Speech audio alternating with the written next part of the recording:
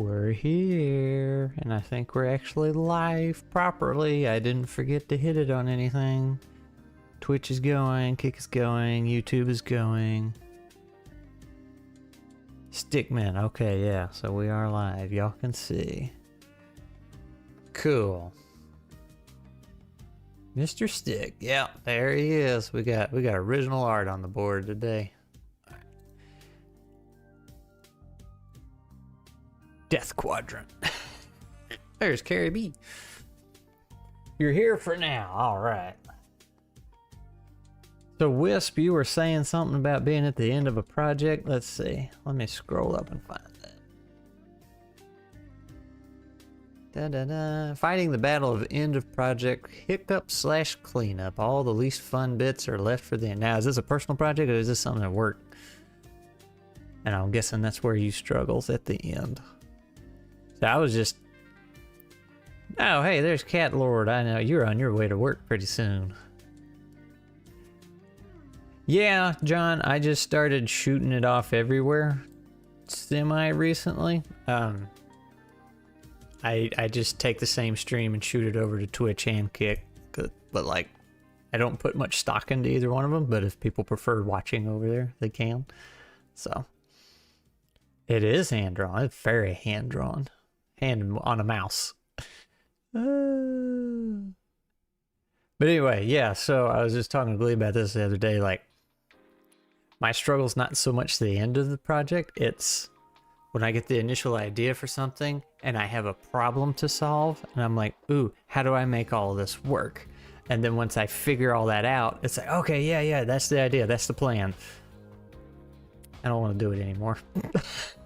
So like when I'm working on Nuts or Moss and Stone or something, and there's a problem, something doesn't work, I'm locked in. But then when I find the solution, I'm like, okay, I'm done. I don't want to deal with it anymore. I don't want to do the actual work. I just wanted to solve the problem. Quadra dead. Yeah, some of y'all, like GM Ben's here. GM Ben got double scrat yesterday. We did a impromptu stream last night on Parker's Twitch. I just sent him a message. I was like, hey, I know it's only Tuesday, but like, you want to shoot some bugs? And he thought I meant, let's fire up a stream. So he was like, yeah, sure. So he fired up a stream and we started streaming. I was like, well, I just meant like a couple levels, you know, get some extra armor points or something, but I'm good. Like, if you want to shoot bugs for a couple hours, I'll take it. And then another stream today. Man, we're just streaming left and right. Also, that music's a little loud in my ears. I don't know about y'all's. The problem has been solved. That's right. And then it's like, I don't want to do it no more. What's up, Cyros? Good bug is a dead bug. Way too much scrap. That's right. That's right. Keep coming around the streams. I'll make you a mod on all the platforms, and then you'll have to have all of them open and deal with them. And then pay you nothing. Also, I like how you guys' avatars are ever so slightly going onto the whiteboard window. I was fiddling with it again this morning. Struggle with that at work and on my game. Yeah, it's like, you want to solve the problem, and then when you solve the problem, it's like, well, I don't want to do the work now. And that's what makes writing for me so difficult, because you're like, okay, I gotta line all these things up, and how am I gonna make this work? How do I put this character in this position so this comes to fruition later, and then this makes sense, and this little foreshadowing bit works and all that, and then, you know, you line it all up and you're like, okay, I'm done. I don't want to do anything else with this story. I don't want to actually go through the trouble of making it sound good. Maybe I just need to be a creative director. I'd actually really like to do that on a video game or some kind of animated movie or something. That'd be super neat.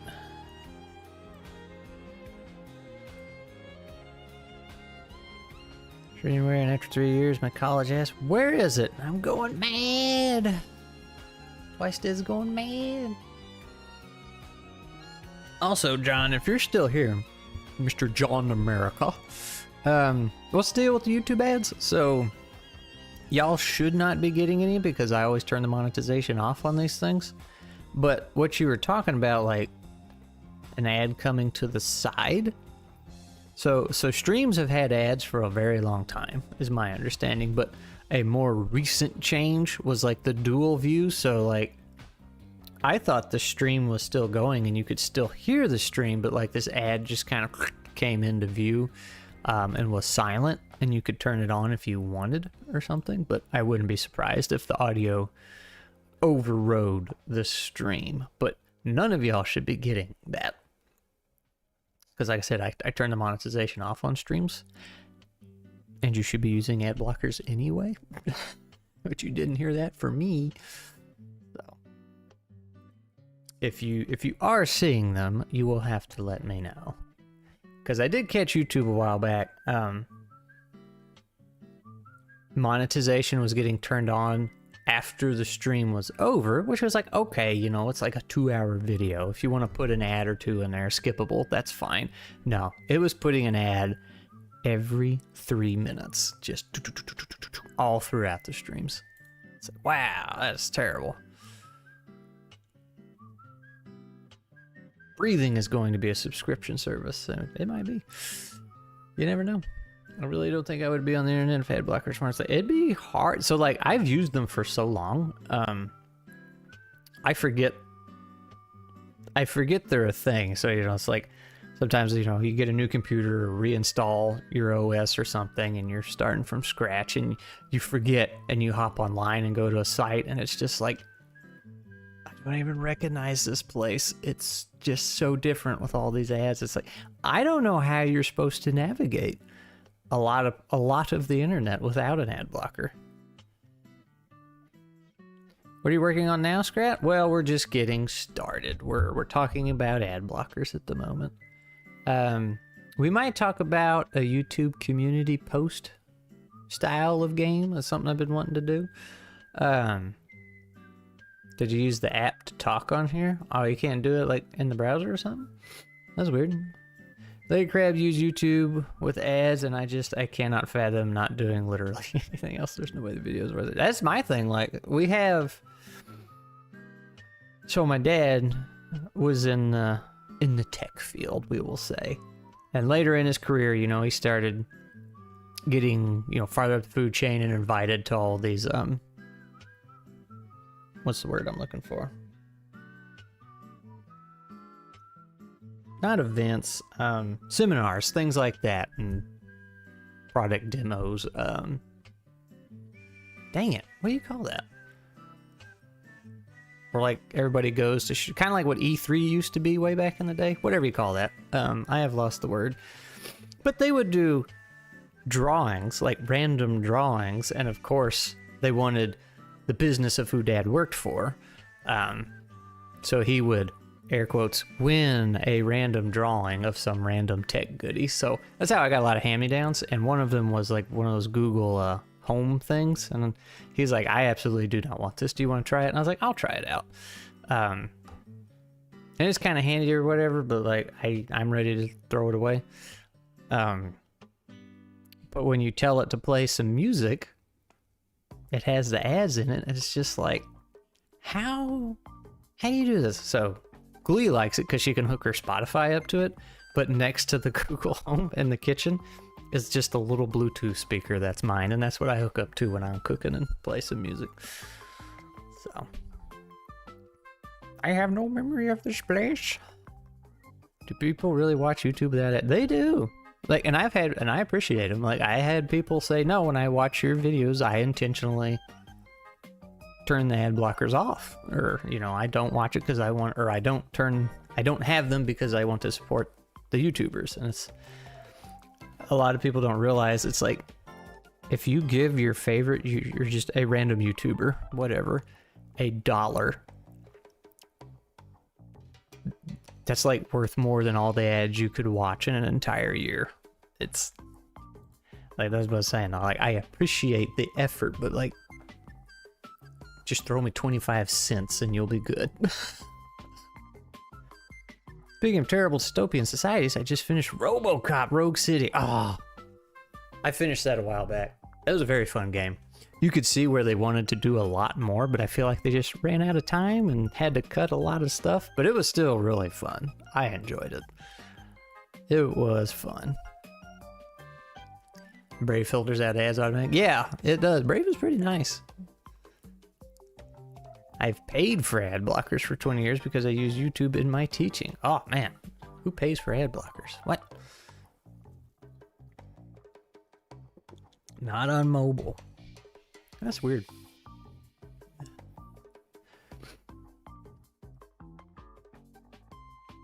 Because you can use, you can even use Edge on mobile and put a plug in for it, whatever ad block, and watch all the YouTube you want. And I figure you can log in and chat on there if you wanted. Same for Brave and all them.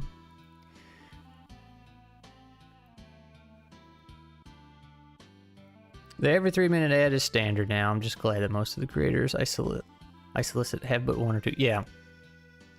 Yeah, it's just every 3 minutes. That's insane. And like, if you actually wanted to put a couple ads in there, it's like you have to turn it on, let it run its thing, then go back and manually chop all that out. It's just, holy crap. You do that because you deserve some money. See there? See? Twice Dead's doing it. Told you there was folks out there. And I appreciate them. I actually got a payout from YouTube a few days ago, I saw. I get one like every 6 months. The very last part of RoboCop was suddenly rushed, but the thing was just the RoboCop movie we never got. Yeah, but then also like there was, I feel like the investigation parts of it, like they wanted to do more with that, maybe even more with the leveling mechanics and the what you can do with your gun and stuff. I don't know about you, but on mine, the audio mixing during cutscenes was abysmal. Like there was characters I just could not hear. Like they were just real muffled. It's like, what is going on?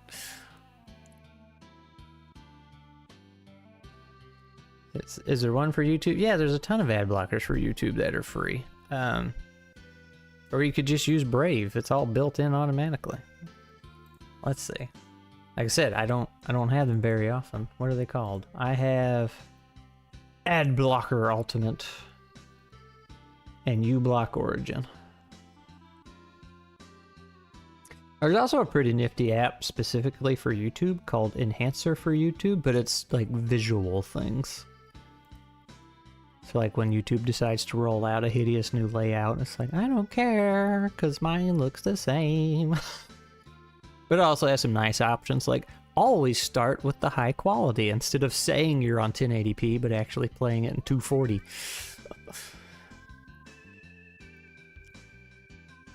Dang. Carrie B got robbed. Yeah, uBlock Origins, though. It's pretty good. I've been dealing with writing a near dystopian government structure with my game. World building is fun, but gets complicated if you want a balanced system that doesn't fall apart under scrutiny.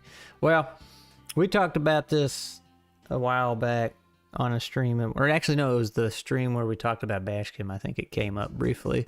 Any story in existence, if you put it under a microscope deep enough, you will find plot holes and things that just don't work, don't make sense. But obviously you want to get rid of as much as you can, but you do have to face the fact, especially when you have like magic and stuff.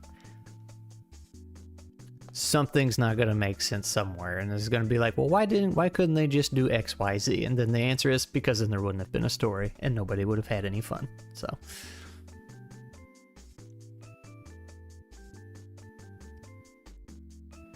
that's a mustache.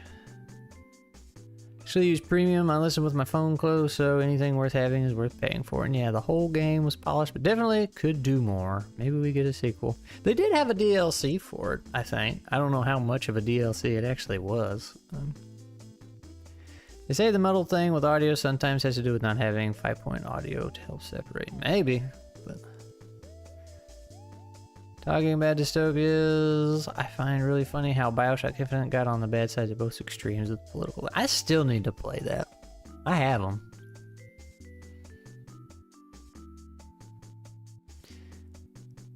Downloading Brave now. Woo!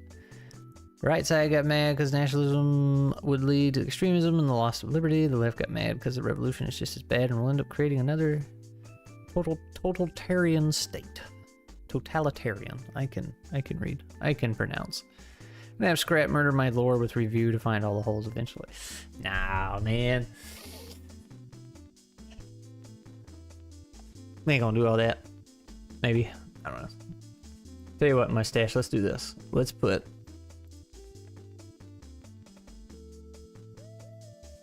a mustache on him.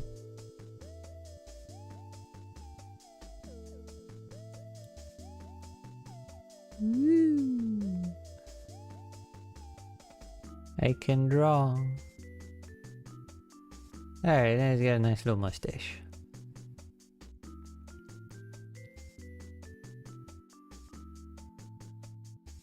Squirrel dual wielding hole punches.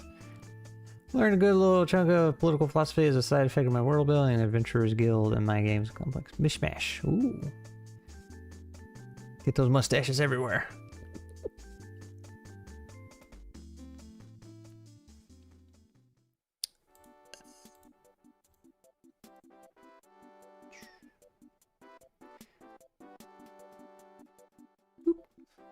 There we go. Now he's a proper sir. A proper sir.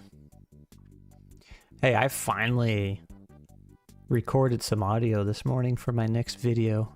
So maybe we'll actually have one before too long. Can you believe that? It's only been a couple months.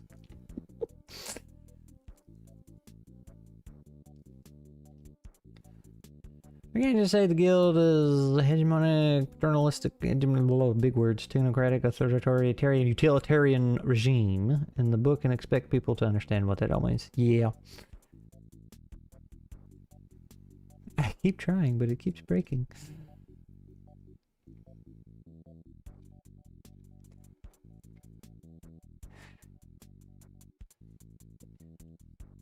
I'd be down for a good world building review. Could be fun.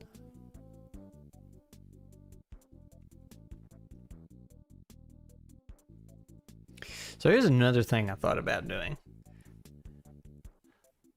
I have this thing. I don't know if y'all can see it. This is what, technically it's a microphone thing. It's like on a, I guess, tripod kind of thing. It has the 3 legs at the bottom. It's one of those, there's a name for this. I forget what it's called. It's got the 3 feet at the bottom and then a pole that just goes straight up. Like I said, it was a mic stand, but you can maybe see I had the little webcam thing here you could screw on with the legs that wrap around it. This is what the nature cam was on, and then Glee took it. And I have her cam that she was having troubles with right here. So I'm wondering, hit the mic. I'm wondering if I can like have it. Let's see, how much does this extend? Not as much as I thought. I was wondering if I could put it over here and have paper on the desk and we do something like that. Because we had talked about using the whiteboard over there, but then I realized, well, I'm not going to be able to see chat if I'm all the way over there. So maybe if we do paper right here, but I don't. If I raise this up, it's very cumbersome, is the problem. Then I have to get it out every stream. And I don't know if y'all are worth all that trouble. I guess we could, oh, okay, there we go. Right in my face, but you know. Let's see. Of course, if I plug this in, let me get this out the way. I might just break everything with this new camera. Mess everything up. Any recommendations on cam and mic? You might upgrade. Whoop. So I am not a huge fan of Logitech peripherals, but their webcams are super solid. Like, you see them everywhere and they last forever. That said, mine is a Dell. And it was another one of those random drawings my dad won. And it's super nice, but it's also pretty expensive. So, would not recommend that unless you just really wanted to spend the money. But no, what was the Nature Cam and Glee now has. As a matter of fact, the last stream we did, you could probably see it on her. I believe that was the Shift stream. Like $100, I think. And it's pretty darn good. Of course, it's also really, really, really old. I've had it for many, many, many years, and it's still very nice. I'm like 8 years old, yeah. But see, it was fine for what we did. How much lore should you dump for a dice roll? That's the big question. Digestible bits, yes. As far as a mic, I mean, Shift stream is when mine finally got too bad to use. Okay, well, what did we do after Shift? Also, what is this music? Was it Moss and Stone after Shift? It was Moss and Stone, wasn't it? You have yet to stream with this. Yeah, no, you streamed. You streamed, that's why it's back there, because you were like, I want it before the stream coming up. And I believe it was Moss and Stone. So when you say you're really grainy and shiny on your meetups, is that when you're looking in video? Because that looks different than what's on the stream. So go back in the stream and look. As far as the shiny part, you can adjust that on your end.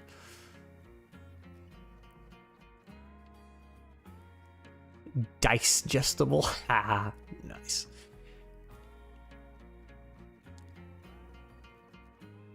Be a good YouTube segment name, it would be. Yeah, Moss and Stone. Also endless meetings. Yeah, it's one of those days for you. Okay. So there is the camera.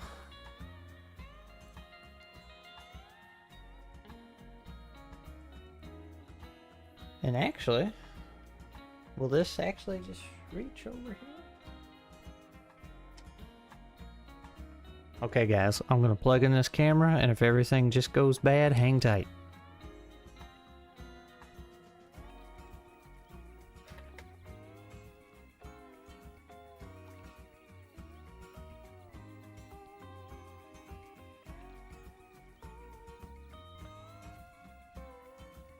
Nothing blew up. Nothing's on fire.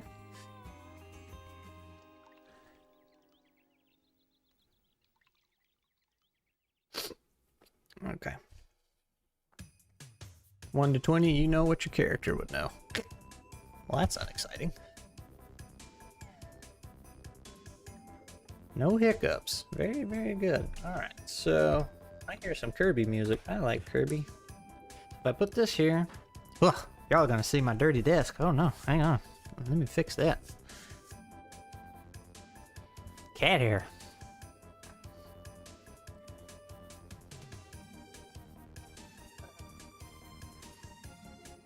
Should I use...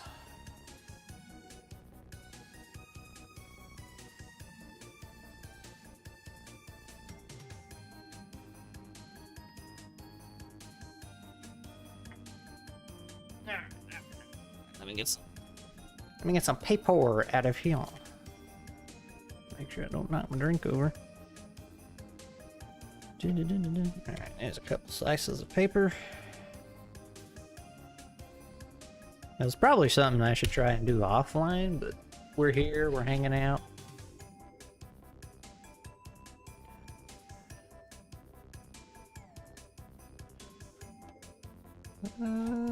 Let's see, let me catch up with chat. I had a character made for homebrew, and she had a locket with a small list of numbers tucked inside. Depending on the role, they could be everything from accordance to ooh. Big luck. I know I say it constantly, but Domino... Oh, Dominion's 5 can lead you to some really interesting thoughts about immobile gods. Oyo! Ah, yeah, for Kirby. Oyo!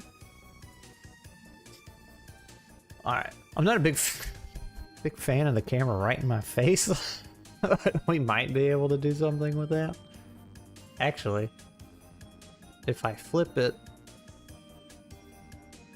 we're gonna have to do some mirroring here, but let's try basic stuff first. Let's try video capture device, create new, desk cam. How about that?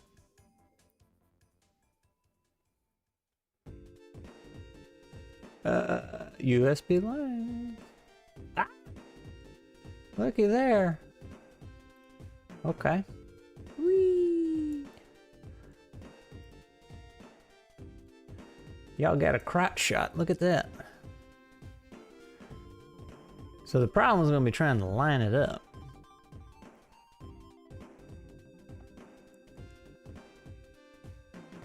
Going to try to do those walking. No, I'm not walking and recording myself. Okay. Bible, Old Testament stories of Yahweh's prophets making fun of other prophets because Yahweh put them in their own backyards. Heck yeah, man. One has a potty joke. Oh no. Alright. Let's... Where did that camera go? I need some options. Well, actually, no. Before I do that, let's just try a manual adjust here. Whee! Do a world building review and offer my game's lore as tribute. Oh my. Yours sounded so complicated. You already scared me. But maybe. I need a pen. So if I write, I got a microphone in my face, you can't see what I'm doing. I picked the one pen that's out of ink. How groovy.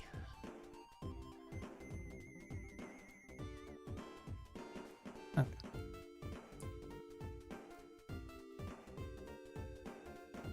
That's kind of hard to see though, isn't it? But, you know, it's not terrible, right? It's a little out of focus. We also have the shadow right here from the thing. Oh no, wait, that's just my arm. Never mind.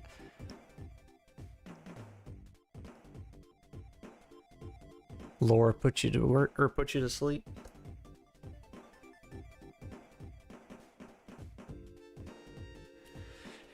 Let's see if I do a ballpoint pen. Let's see. Yeah, I just realized this is going to be really hard to write with a mic in my face. Y'all can't see that. More light, more... Yeah, well, I mean, it's black ink on white paper. How much more contrast can you do? Whee!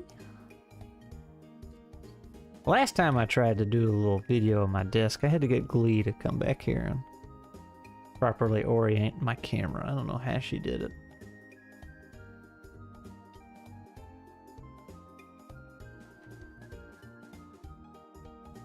It's fuzzy.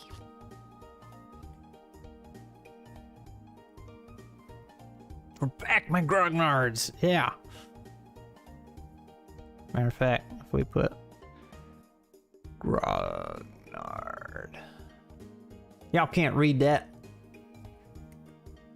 Well, this thing is actually kind of curved at the end because it was at the end of the notebook, so that's not helping, but yeah, there is a bit of a fishbowl thing going on.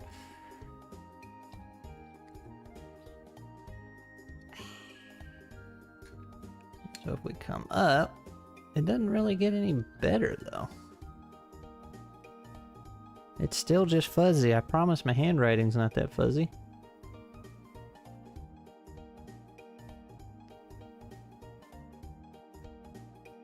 Use a Sharpie. Well, so what I was thinking about doing, but didn't grab it, as I was going to use these Rocketbook notebooks and then reach out to Rocketbook and be like, hey, send me more notebooks. Sponsor me. I feel like they should show up a little better.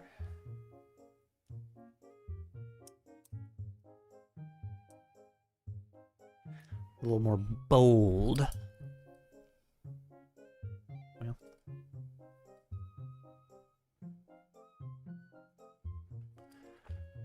Eh.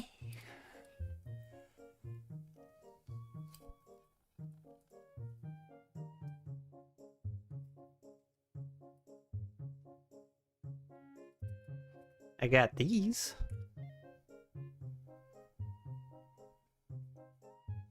But it takes up so much space. I'm giving you Sharpie. No, no Sharpie on this. This is my Rocketbook thing. You gotta have the right types.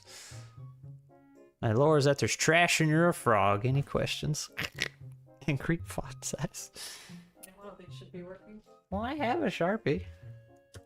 Somewhere. Don't give me 10 Sharpies here. Also, I can't use Sharpies on this thing. My precious Rocketbook.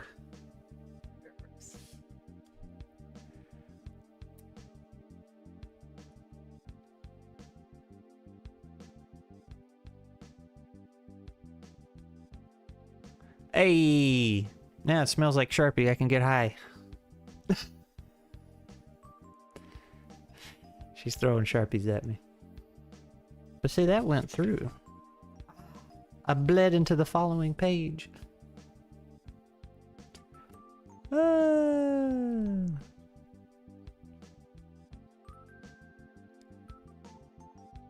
a random table with 100 orcs on it and land back in the 80s. Yeah, Sharpie is nice. I like Sharpies. But then we only have the one color. Sacrificial page, yep.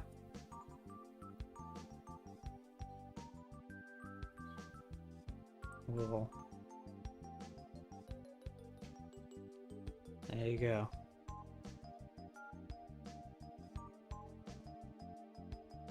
YouTube play button.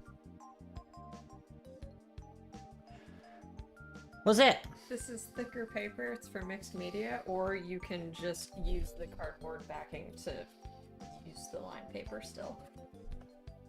This thing? Yeah, like flip over the thing.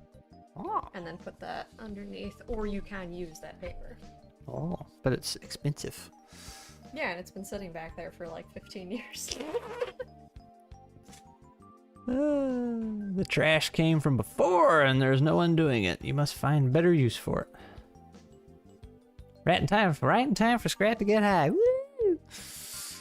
Tired warband of orcs. So thinking about a Zelda world without Link and have the party solve things, it says, wow. It was the Glee. Your neighborhood just got an ice cream truck. I thought that said your neighbor's got an ice cream truck. Okay, so this isn't too bad. 1 orc, 2 skeleton. We would run out of page really fast.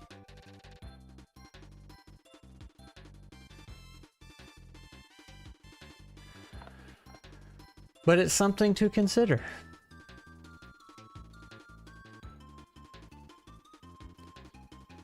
A very small town. DM needs to give the problems without solutions to the players who should have solutions with no problems. Add a reaction roll and layer in your gold. I bet ice cream trucks would take a credit card nowadays.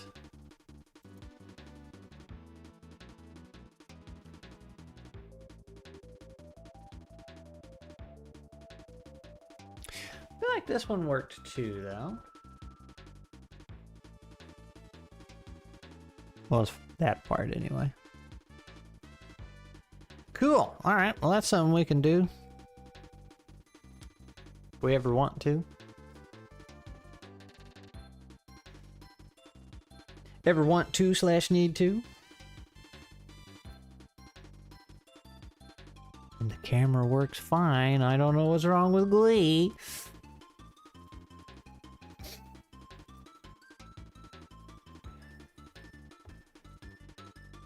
Here goes 5G was going to take over our buddies with it. Man. So, somebody made a 5e gives you cancer comment, I think, just yesterday on the stream. And, I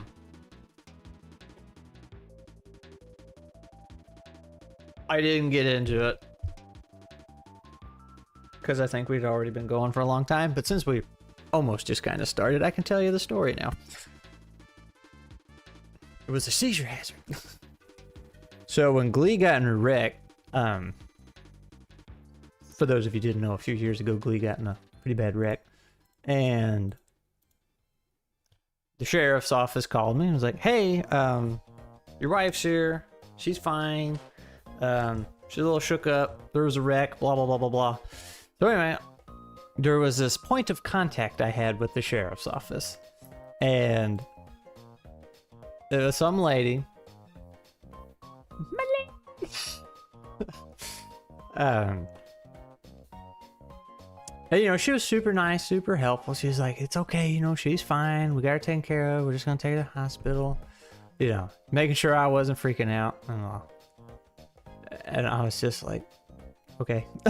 But at some point, I was calling her back and forth because it was so far out. She's like, we might be cleaned up and have everything gone by the time you get here. You know, we'll just play it by ear. So that's why we had this kind of back and forth point of contact.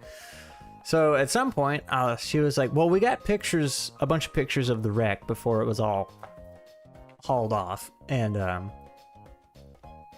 was like, yeah, you know, if you could send those to me whenever you get a chance, that'd be really nice and helpful.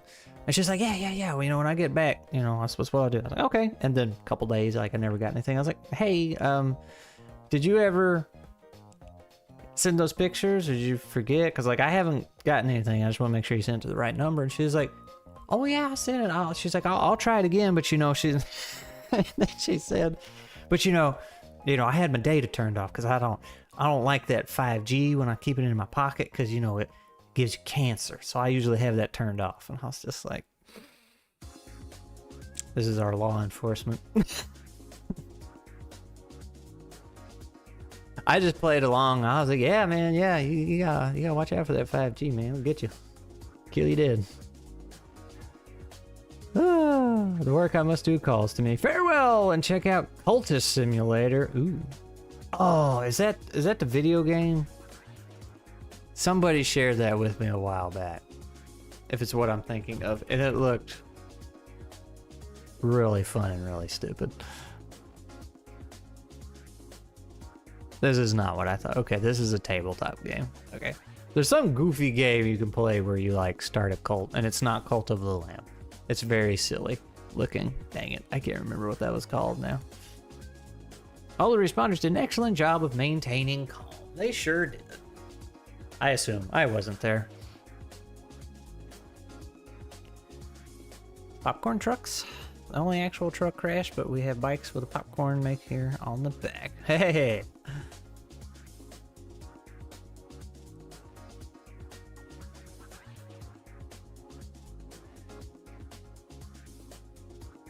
It's dangerous to go alone. Take this. Goron named Rockhead. Oh man. Well, you know, old Benny Boy is supposed to be running us some Heroes of Cerulean. I'm gonna keep reminding him till it happens. Cause I want to play. I want to play. But it came out that says Diet Pepsi gives you cancer, and it's always some chemical that you gotta eat 5 pounds to be dangerous. Yeah, man. That's how it goes. Oh no, Bagley. Well, I don't know about a hard day, Ben, but you know, I'd really like to play. I will say, I think I said this yesterday during our stream with prepping for these sum shots we're gonna do, which are just, you know, 3 to 6 sessions or however long it takes. I'm still trying to get my book back, so it's now a good time for you guys to run one, and we can stream it or we can do it offline. Either way. But it will be a hot minute before I can run something. I can attend them as a player just fine, but me building something and running it, I have to get the book back first. It is going well, though. I am on chapter 30, I think. And what's great is this is chapter 30 out of 25. So for what sense that makes.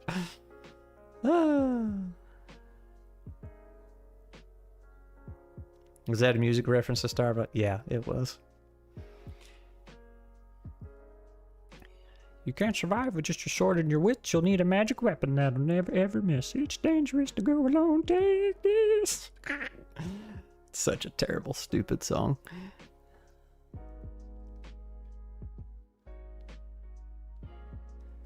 Crab has a point. It's the in my studies that get me every time. Yeah.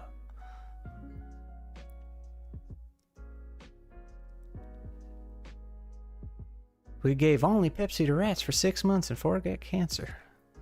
Who'd have thought?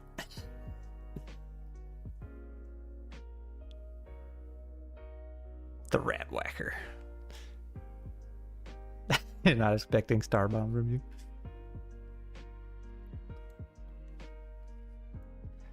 I don't remember much of the Mega Man one. This is where it opens up. It's like, good evening, Mega Man and Mrs. Mega Man.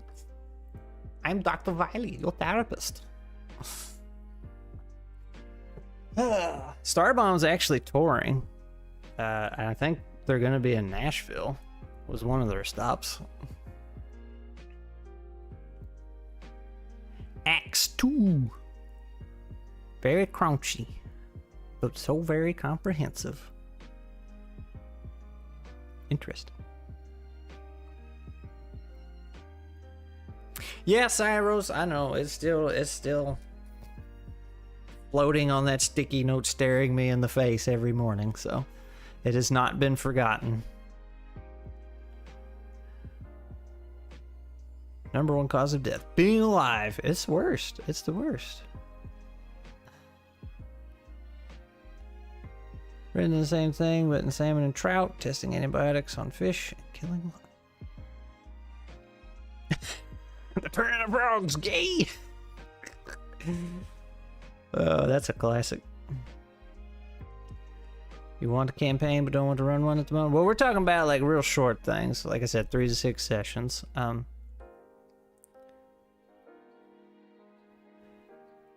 Really close to just slapping together some rough pre-mades and sending some folks through the streets of the Atlas.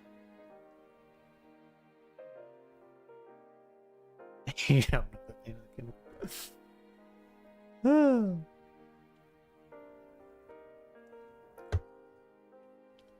You ain't gotta call him out like that.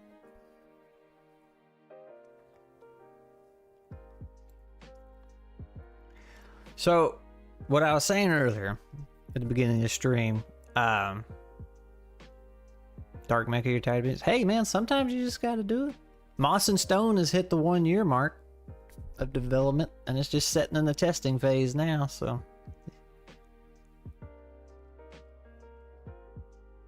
Nobody gets that life. Actually, I was going to go off on something else about the play-by-post YouTube community post thing, but let's do this instead.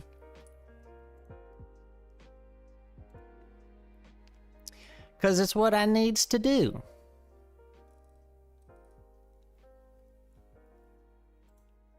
Let's do...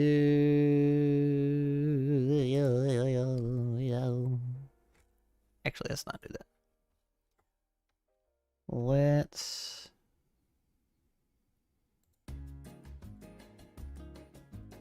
PowerPoint! Hey! Still stuck in the hotel, so it's probably been close to 2 years. That's fine.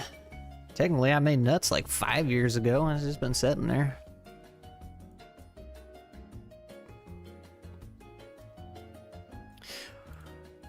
Well, Tone, Golden Phoenix, the way I was thinking, you know, the YouTube community posts, I'll just have a little blurb of story, and then it'd have to be a multiple choice thing with 2 to 4 choices each time, and then the community votes on what happens, and then the story continues. So like the first one would be, here's the adventure you're about to go on. What do you want to play as? Barbarian, knight, wizard, you know, whatever. Archer. The Howl Mark line, I was in on one of those. It was a jolly good time.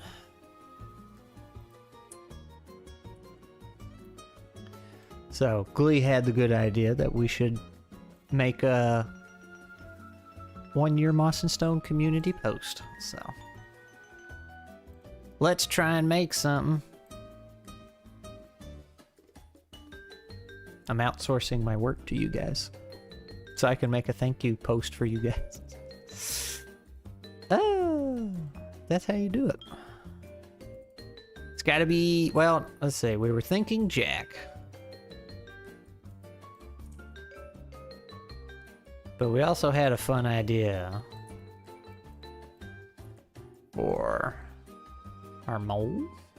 And he can be like lifting the words, thank you for 1 year or something like that.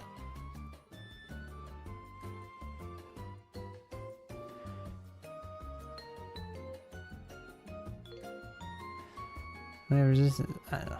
Oh, fish is great though. Well, salmon's good. Tilapia is good. I don't think it's very good for you, but it's delicious.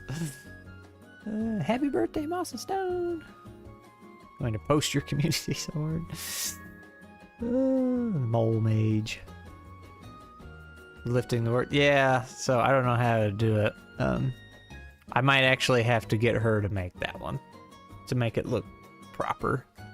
You know, cut out all this other stuff. Thank you for holding the line. I like Jack. Jack's cool. Jack Redmere. The Tabletop Master Guide? No.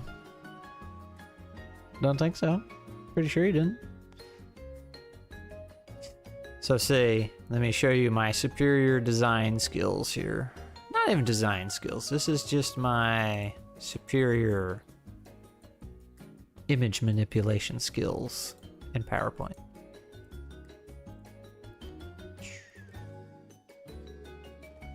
Whee! Oh, I cut into him. Cause see, then she could blow this up in PowerPoint, or not PowerPoint. That's what I do.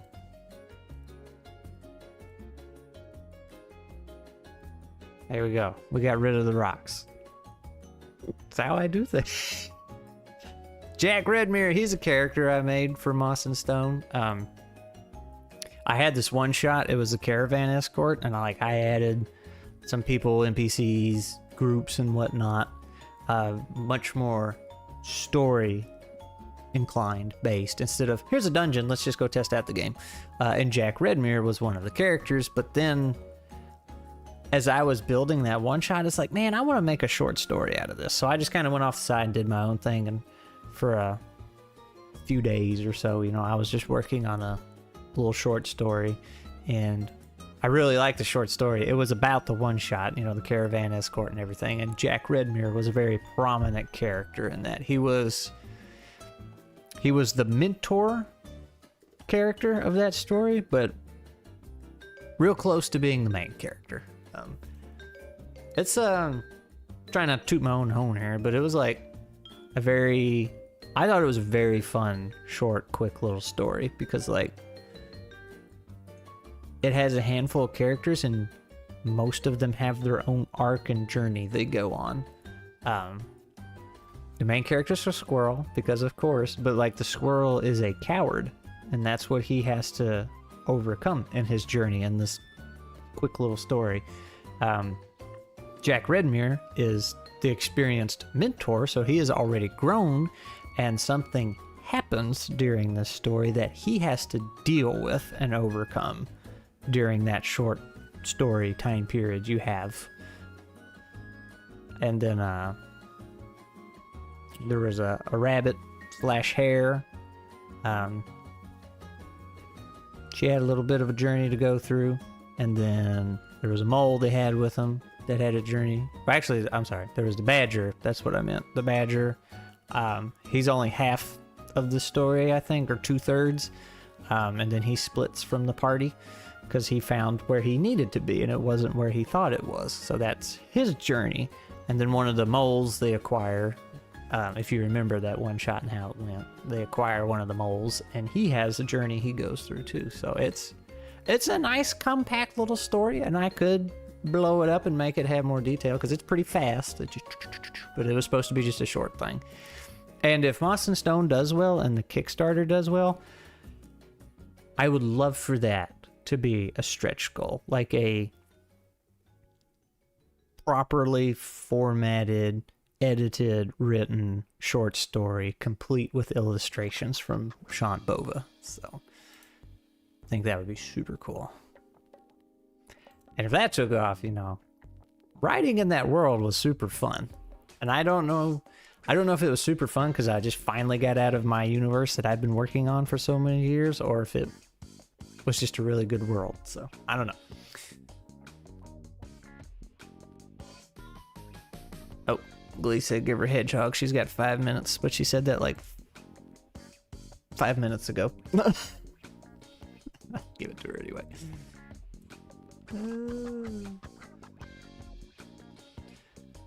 I'm too slow.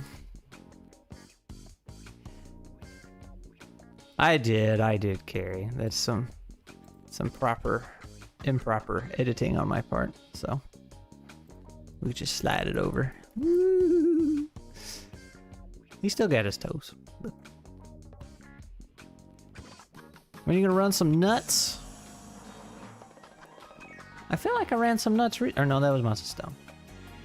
I ran nuts recently offline. Yeah, well, I'm pretty sure we're not going to be using that, Carrie. Glee sounds like she's already taken an interest in making something, so we probably won't even use old Jack here. Just put her to work.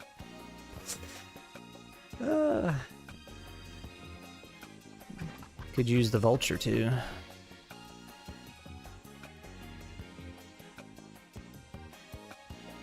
He's pretty cool. Buy her flowers.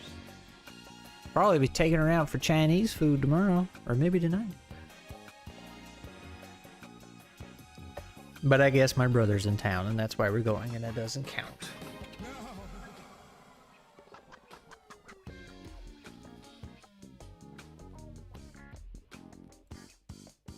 So, I'd love to write some more stories in Moss and Stone. It would be fun, but I don't know if there's really an audience for that. Like, well, I guess there is, because you have that entire lit RPG crowd. So it's not that, but people would kind of, I think, get the impression it is, because like, no, this is a world from a TTRPG, so people would expect a certain type of story, and that's not what it is. It's very much like its own standalone fantasy type of story you would pick up off the shelf. It just so happens to be the same world that a TTRPG is in. And I slid a few, like, what is this weird dude in the music moaning? It's weird. Let's just skip that. There was a few game mechanics that slipped in, you know, like the rabbit being able to hear the whisper stones and stuff, but in such a way you wouldn't be reading it and be like, that sounds like a game mechanic. It's like, oh no, if you played the game, you'd be like, hey, I know what's going on there. You're the audience, Bogman. Get her some of, she doesn't really, she likes chocolate. She's not a big candy fan though. An audience for it. It's a good premise though, even if it's a bird's expectation, it does. Yep. Ooh, the cicadas are back and buzzing. The turtle ate one yesterday. It was on the ground, just kind of blah, blah, blah. He came over and just... Oh, Lee's no longer available, she says. But look what she did. See, this is why I married her. Don't tell her. Well, why'd that just give me a link for that? She gave me this.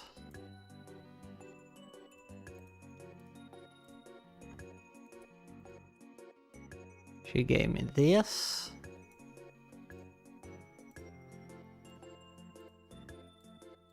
And she gave me this. So I got like 3 tiers of it.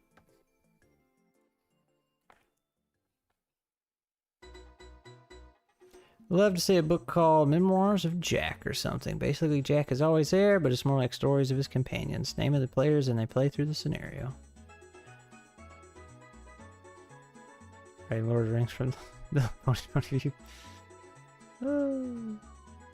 They don't have much survival instinct. Probably a lot of protein. I think he was kind of wounded. He didn't seem like he could fly. He was buzzing. But... Okay, this is what I don't understand about Twitch. When I click somebody's name over there, I can't, like, unclick it. There we go. So stupid. Anyway. We're all going to be eating bugs once all these bees die. Oh no. Say it ain't so. Say it ain't so. Actually, let's put these guys over there. Looky, there's a little line right there. She missed. Ah, she's fired.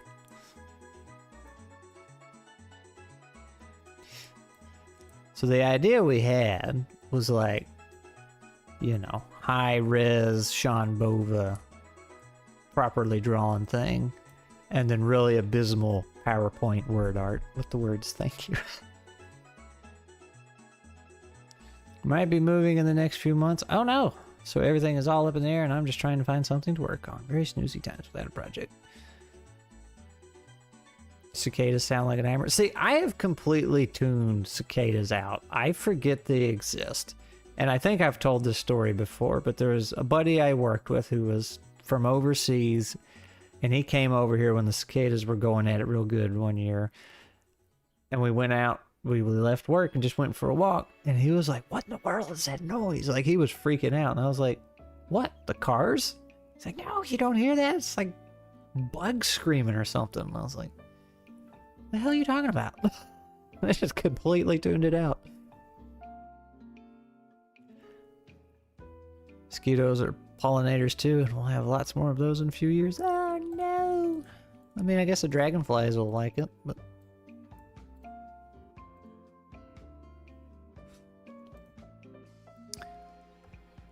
So can we do...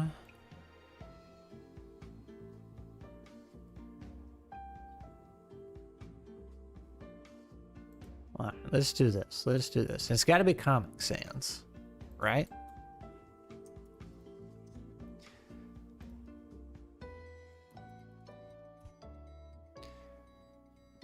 Gotta be Comic Sans. Oh, that's that. How do you do the goofy?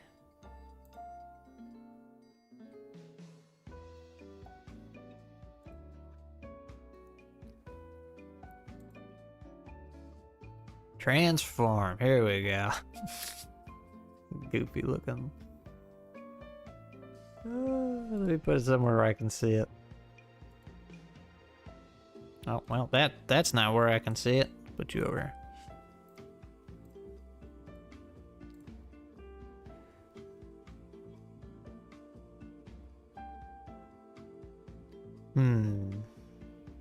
I don't have like a wavily one.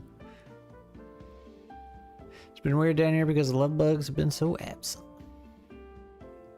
Like birthday cake candles font.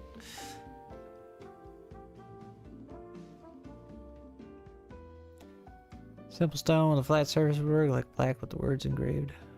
Orange shield. See, y'all are actually trying to make it look good. I'm trying to make it look bad.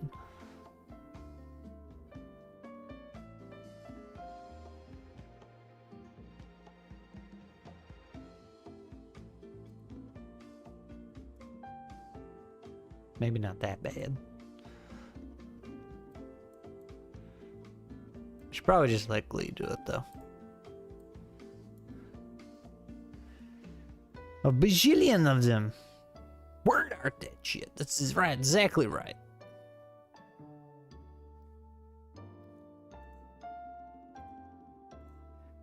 We can make it look very silly. Kind of moss and stony looking.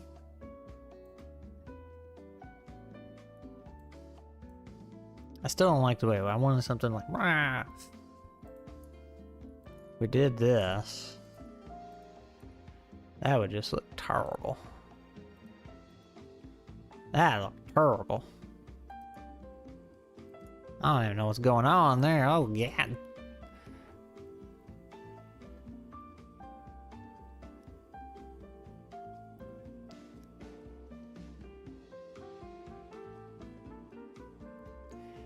That's not what I wanted.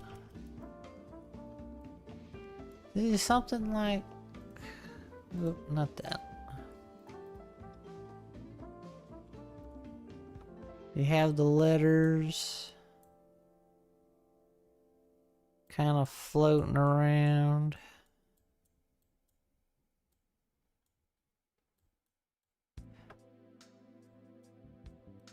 You know, something like that. Just woo. Beavers. Taste real good too. We got beavers around here. You don't center the ghost of Glee will haunt you.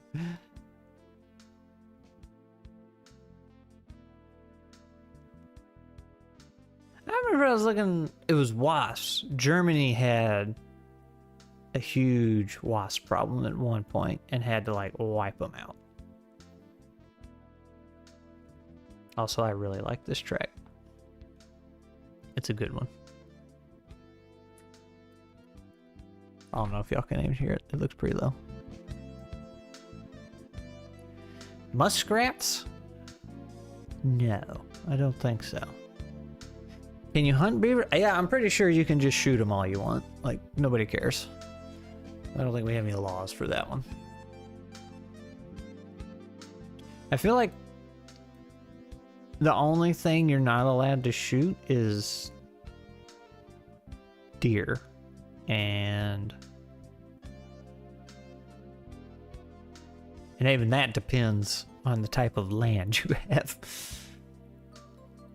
Because Mississippi, which is just right across, just, you know, like 40 minutes that way, if you have farmland, whether you're actually farming or not, if your land is considered farmland, you're allowed to shoot them because they're considered pests. Deer, that is. I'm trying to think what else we can't actually... I think ducks have to be in a season, but it's like a really long season. I'll say I like beavers too. They're cool. Probably shouldn't shoot people. Yeah, well, they're not legal.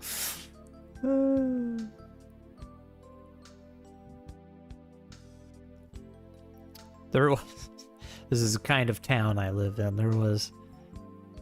So where I live, you know, it takes like 5 minutes to get to the highway, and then it's just a straight shot. And it used to be like a straight shot of nothing till you got into town. But obviously there's a bunch of stuff now. But like right before you got into town, there was this beaver, just dead beaver on the side of the highway. Big old thing too. And he became the talk of the town. So everybody, you know, like that morning, everybody got to work. Man, you see that beaver on the side of the road? Dude, it's huge. A couple days later, it's like, man, y'all seen that beaver on the side of the road? It's getting bigger. It just kept getting bigger and bigger and bigger and bigger because it was swelling up. Everybody's just like, it's gonna blow one day. You should have a muskrat festival yearly, and they cook them up and eat them. We have deer, the smallest one in the world. Yeah, that's right. We were looking at that last time. Nah, people shoot squirrels regularly around here, unfortunately. Squirrels and coons. They will shoot them very regularly. Squirrel pot pie is pretty good. It's too much work. Squirrels aren't worth the trouble, man. Skinning and eating and all that.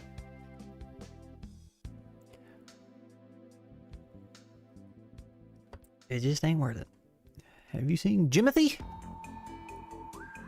Is that a reference to something? Am I missing the joke? Jimothy the squirrel. Did he get shot? Beaver and buckskins.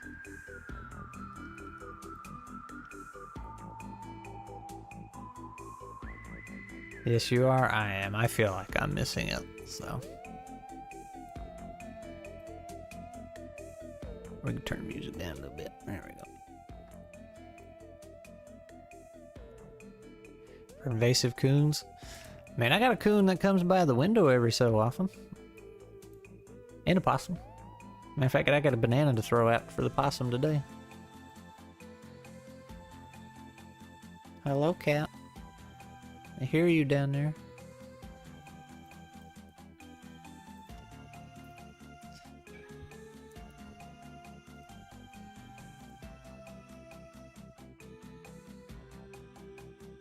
I'm looking for this.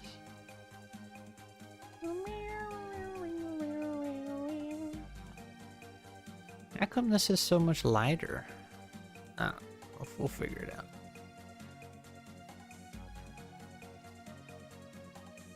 This is gonna look so terrible.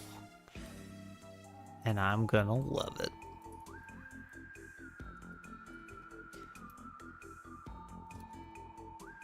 Glee will turn around and make something infinitely better.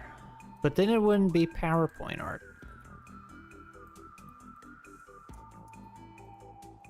It just wouldn't be the same.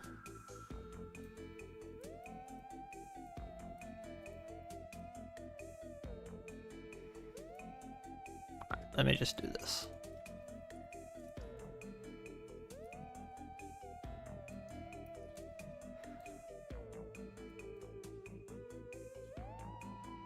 I'm gonna run out of room.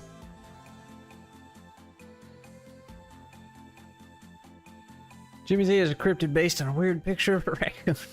Justice for Peanut. Yeah, they did Peanut dirty. Ongoing custody battle.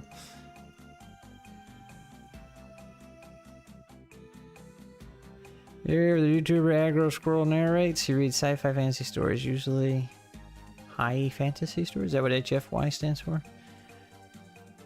He has a malformation of his spine and tail, which are very short. Interesting. Rabbits and beavers are open season all year. Because invasive, you can hunt boars, but only during parts of... So,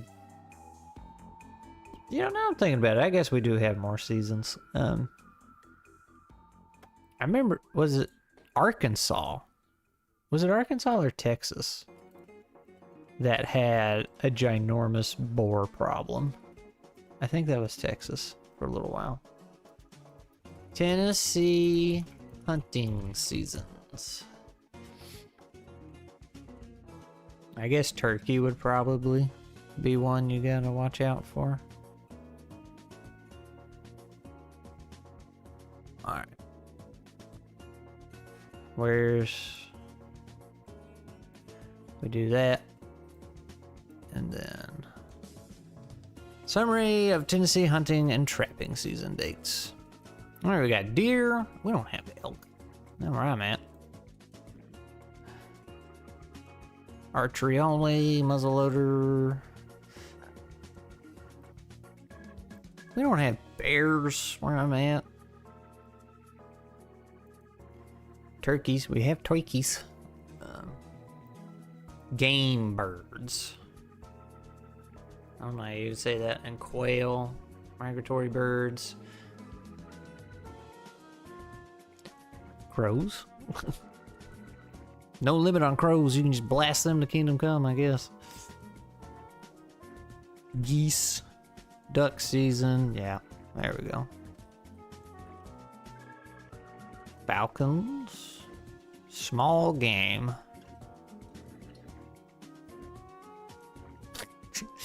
Yeah, so... Whoop, I'm sorry, cat.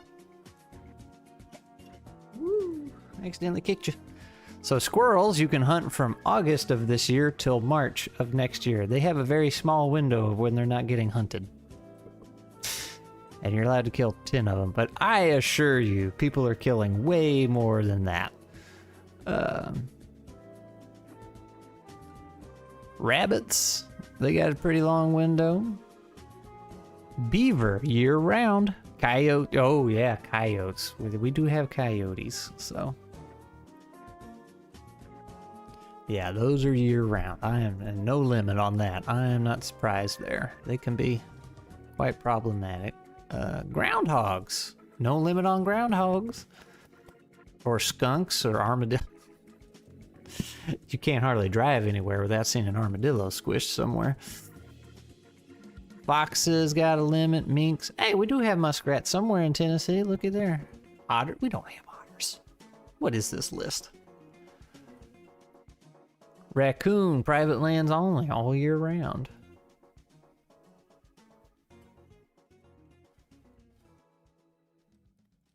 I'm missing some chat.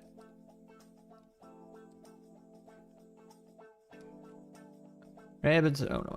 Pringus McDingus. What a name. The laying toxicity of my last GM is also my intro to Pathfinder. Live rent free in my head. Way too much. Yeah, man.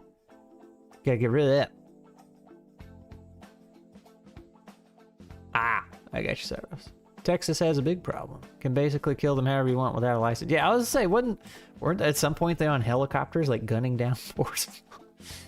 Or did the thing about the boar and wild pig problem, man? Lots of old people dying and their kids not taking care of their animals. We got feral pigs all over the place. Boar hunting every year in Texas. It's duck season. Yeah. Oh, let me check. Let me check Discord.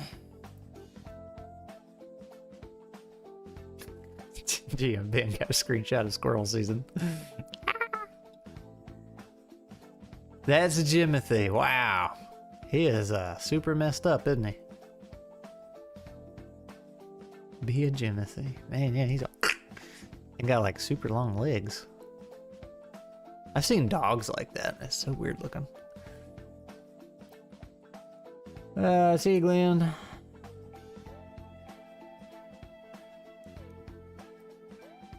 Coyotes bloom when there's no wolves around. That makes sense. Market a tiny pigs.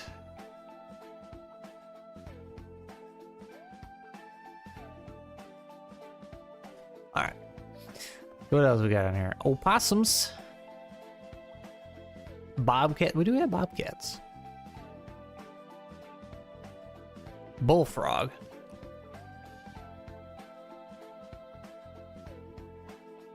I have permission to kill all the bullfrogs in the pond out back. Sorry, Bogman. They're going down.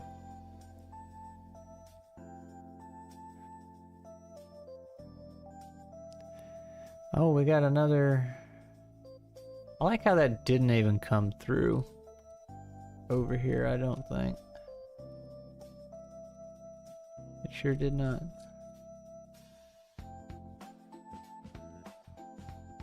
Yeah, we got bullfrogs. Apparently you can kill them all year round.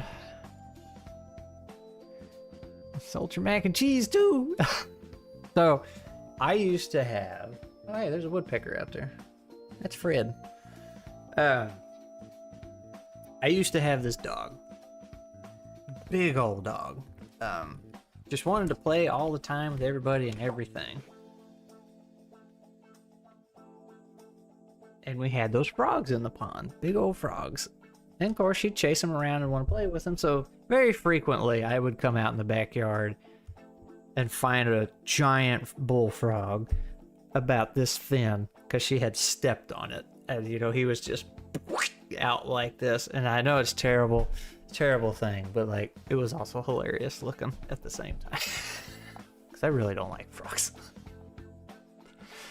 There's this flat frog in the yard. It's like, oh boy. Hunting crows may be legal under human law, but keep in mind the corvids are intelligent and will remember what you did. They absolutely will. Nothing is sacred. This girl's from my cat's right there watching it. So we've had some crows. I've lured them in, so when we had that big freeze a little while back, a few showed up and I started throwing them peanuts and they've brought some friends. Problem is now they're eating all the squirrels' peanuts, so I'm gonna have to make a feeder that the squirrels can get in, but birds can't. Because they do be eating all the peanuts. You found that cake. They dyed everything. Yeah, you know, frogs aren't very smart. There's plenty of times, and I felt kind of bad about this, again, if it wasn't so dang funny looking. But I'd be out there weed eating. And the frog Like, you know, when I see him and I'm like, oh, I start to pull back, he would jump right into the weed eater. And, you know, he'd spring, and then the weed eater hit him, so he's just, and they're just so funny looking when they just lifeless thing goes flying. And it's just like, okay, well, you can't blame me for that when you jumped right into it. 18-inch frog. Ugh. No, I don't like frogs. They're not smart at all. All they do is croak, make babies, and try to eat anything that moves. Such is life. Yep. I don't know what it is. It's like they sit there so still, and then just spaz out. And you're like, you just want to punch them when they jump.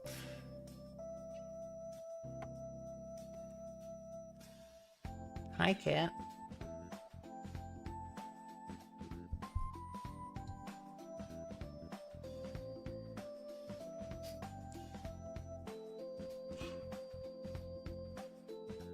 She wants attention. You want to get on the mic today?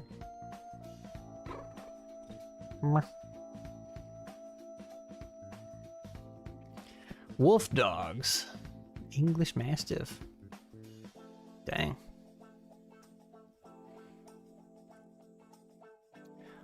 Trapping. Oh, same thing. Wild dog. Alright. Well, that's interesting. We learned things today. It's a scrap cat. It's a flying noodle. Yeah. I got her down here now. Yeah. Yeah. Just a talkative little thing, aren't you? Ah. Back to this monstrosity. Tank.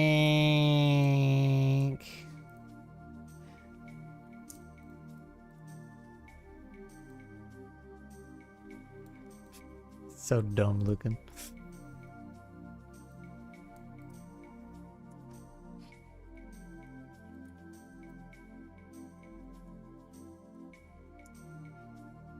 I don't know why I'm doing this. I know Glee's gonna make a better one. Can't really turn the O. It looks terrible.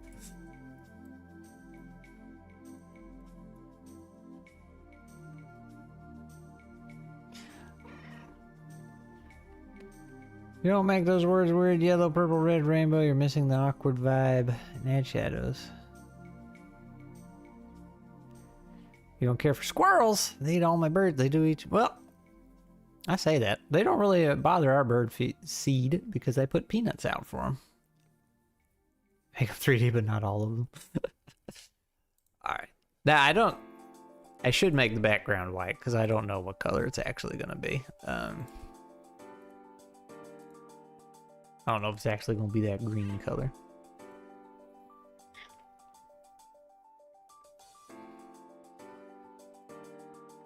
So...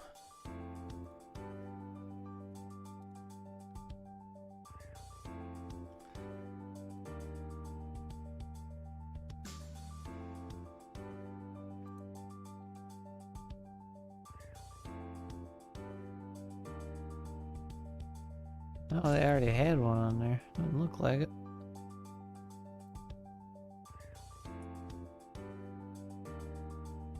But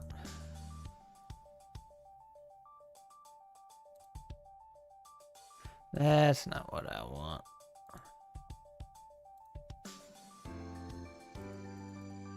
Yeah. I need to give them an edge. That's not what I want.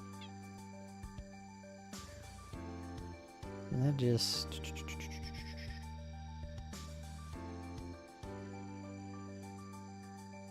What's the thing I'm looking for here?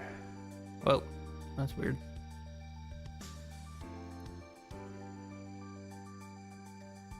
I think I was what you're doing, Scrat, is well, my defense, she left me unsupervised. She did. She ran off to go to a meeting. Nicely toasted in a fresh one. Three cats under duress to head to the basement during a tornado watch. Ew. Oh, could you actually hear the cat? She do be chirping down here a little bit. Meow. Meow. Meow. Meow. Thump, thump, thump, thump, thump, thump.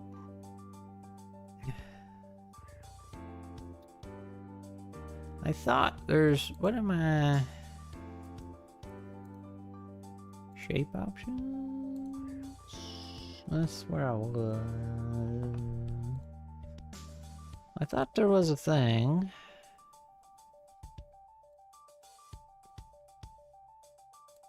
Nope, that's that. Well, then what's this? That's the same. Hey, nope, that's not what I want. Well, if I do this, and then I do this. Oh, I see a DM from Glee. It's gonna be bad. This is gonna be bad. I did it before, where I made it look like the letter. There's a word art thing you can do. She isn't responding to my pings. At what point do I give up and eat lunch? I don't know, Glee. How did I do this before?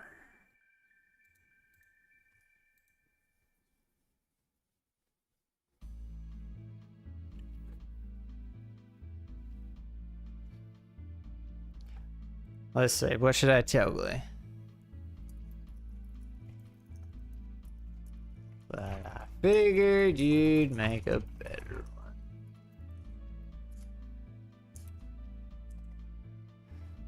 Here, I'll send her a screenshot.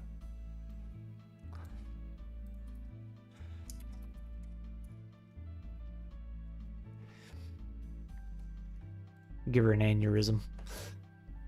Tornadoes were unheard of here last year. We've gotten a few small ones. Sega Dreamcast music? It might have been. Smaller frogs again. So, tree frogs are cool. Those guys are cool. But those big frogs that just sit in a pond and like... Brr.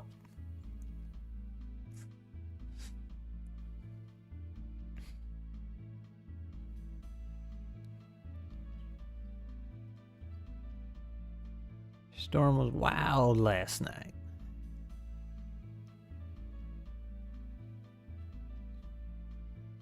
If you move the U over 2 spaces, I will never ask you to play in a game with me again. Alright. 2 spaces. 1, 2. Never ask me again.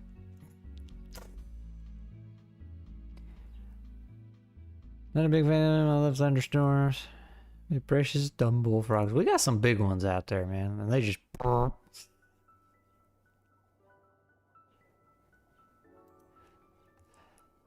Oh, I can't figure out how I did the thing before. Maybe I didn't actually. I just did layers.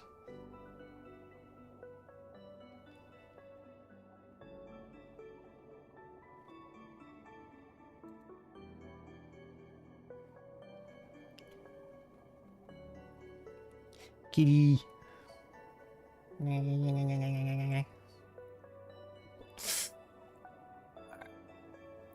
Can we make it text?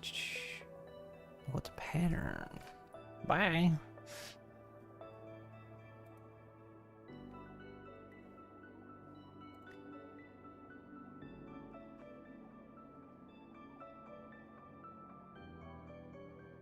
African bullfrogs. Bullfrog meat? I think I'll pass on that one.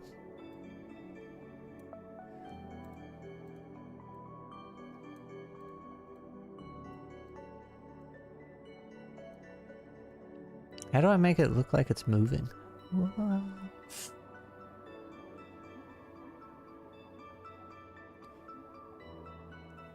That sounds roleplay. So I've had like some kind of like octopus limb or something. I don't know what it was, but the texture was big no. Big no. Hopping velocity. Bullfrog.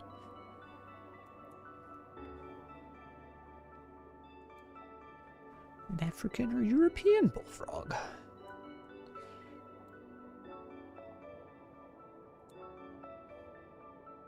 Or Scratch backyard. Kermit fight Dog Hopper when I was 4, pretty leading frogs legs forever. Oh. Just handwrite it, that would be the best. More personal still fits the silly factor. Oh, well, that's what I did first, Glee. And then I got rid of it. Maybe I should just use Jack. And actually make a halfway decent one. What do you think?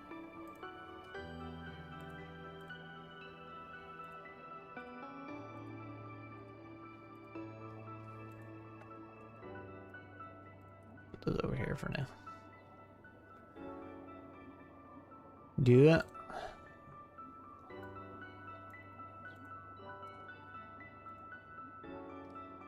You like the direction I was going.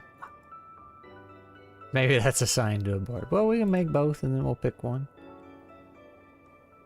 Salamanders taste different to frogs. I had a cool pet salamander when I was, actually it was a newt.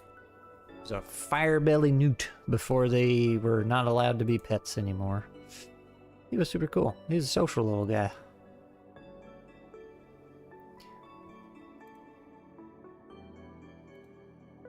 Kind of like the turtle out in the backyard. 1 year of moss and stone development. In Comic Sans.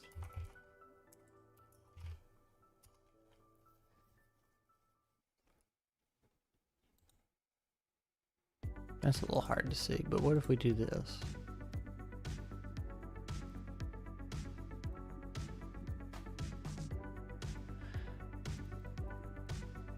In bold.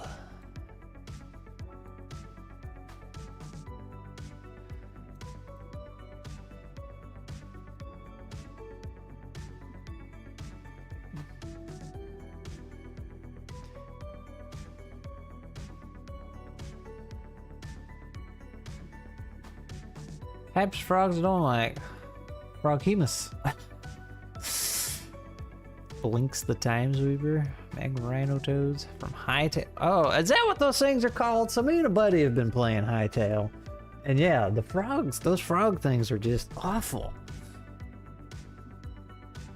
Frogs I do like. Frogger, Kermit, the Minecraft frog. Well, what about the Frog Knight from Chrono Trigger? Can't forget him. He is like the frog. Oh yeah, there you go. Bog said it. Frog everyone likes. Frog from Chrono Trigger. The Social Newt sounds like the victim of a witch's curse. He was a cool little dude, man. See if I can find a... I don't have a picture of him, but the type of newt he was.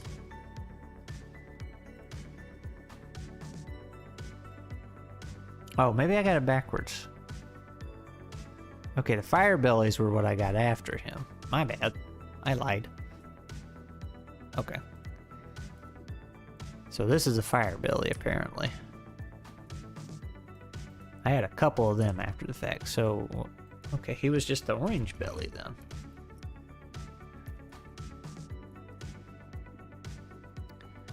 Yeah. These little guys. Pretty much the same thing. Where's a good picture?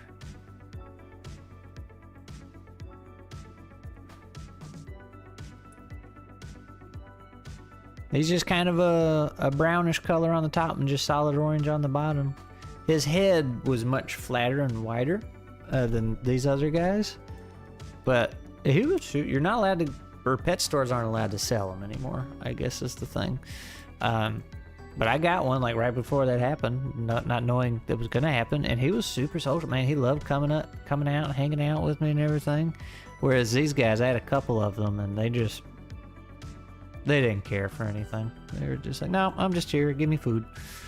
But he'd see you come in the room and he'd swim to the edge of the tank and like one out and you need one little head rubbed. Fun little guy. Frog Knight and Quest 64 is the one I always think of. Man, Quest 64. I rented that game once from Blockbuster, and I was like, I feel like this game is broken. I don't understand it. I feel like I'm missing something. Come to find out, it was broken and incomplete. But I've watched some videos on it, and it's like, man, that could have been such a cool game. Like, it was really neat. A Kermit Funko. Frog Footman from Alice in Wonderland. Chungus the Goliath Frog. I don't know that one. You're getting Firebelly Toads soon. Didn't know that was a thing. You had a shiny lizard. I guess so. Terribly endangered and fragile. No eating, please. Giant green frogs exclusive to Zone 4 are Rhino Toads.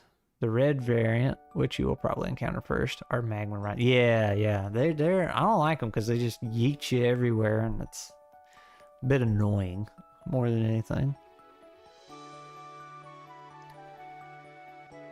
Yeah, Quest says you wanted it to be good, but it just wasn't. Yeah, like I said, I rented it.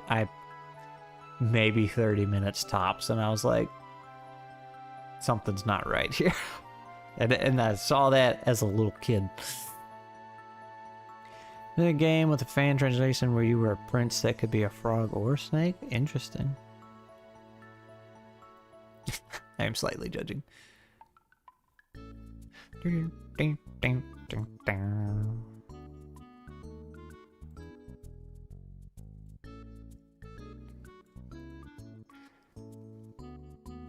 Barely new games, and there wasn't really anything like Quest. No, that's what made it so interesting. Is like it was trying something new, right? And it was a good idea. So I was watching a video. I think they just straight up like got their time frame cut down to nothing, and behind the scenes everything was just falling apart. So there was just like, yeah, man, just slap it together and ship it. Like we don't. What else are we gonna do? So one of those deals. But they had plans for more, and the guy I was watching, he used the cities to point that out. Like there was all this stuff set up to do more, and you just had zero access to it.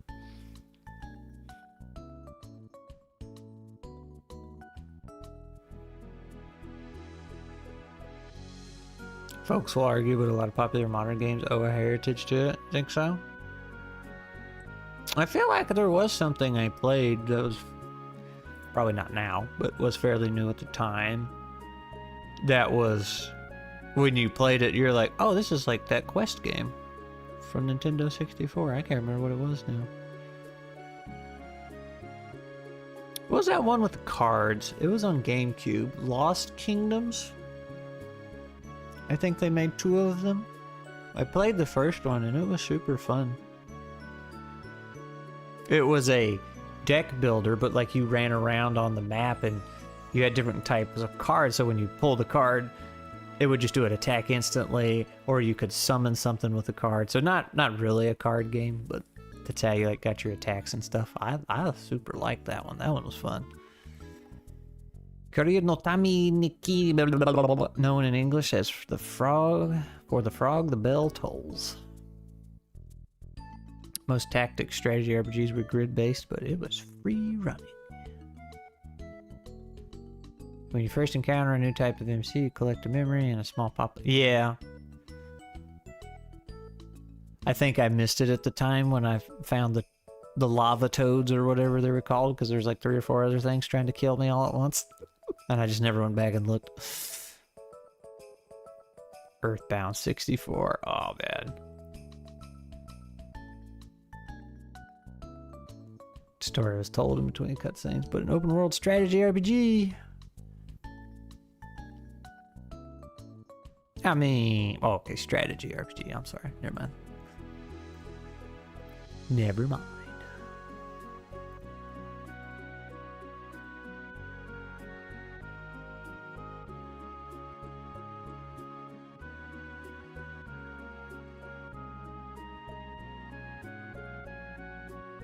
Never mind.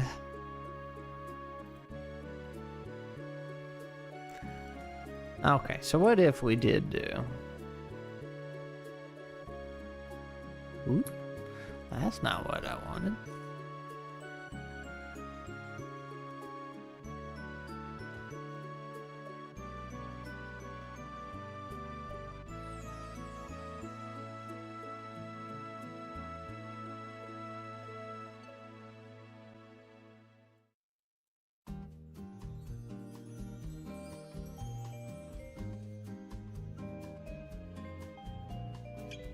Looks kind of boring.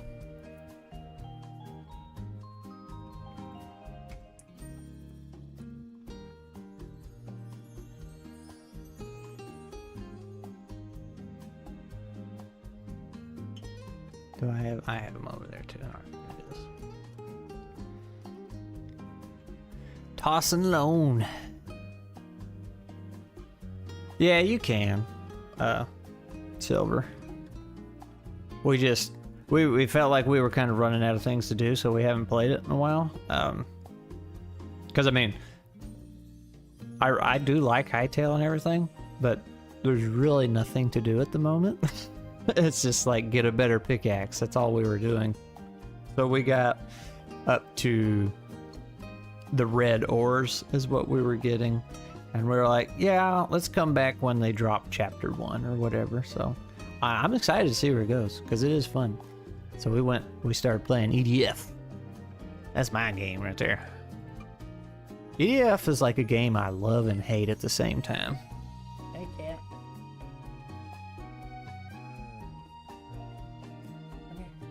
Come back. Come back.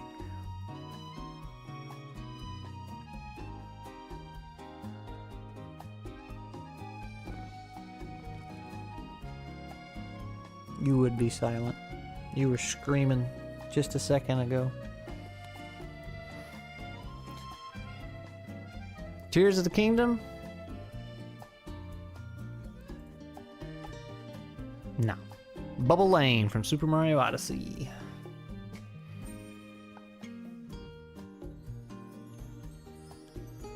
A Terraria kick? I couldn't get into Terraria. Pet the kitty for chat? Alright. I touched the back of her head when she wasn't looking and she just freaked out. But to answer your question, Sean Bova drew that. He's the guy that did all the art for EZD6, and I've been working on Moss and Stone, which is a playset for EZD6, so I got him doing some art. Like this. And this, which is what we were just looking at. So, and I'm just making a silly thing because we've been working on it for a year. See, I feel like if I just do this, it should be this guy. But then if I want to do the weird floaty letters, I feel like it's going to be lost on everybody unless they know what the original image is, where he's lifting all the stones.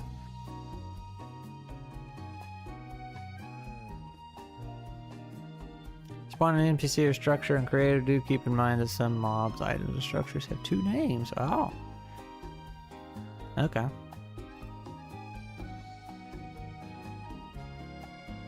But yeah, Terraria was like... It might be better now. I doubt it, but like... The menus were such a cluster. Like when you're trying to make things and build things, and plus it was just way too much picking for me. I felt like that was 99% of my gameplay. It was just with the pick. It's like, oh my gosh. I just couldn't get into it.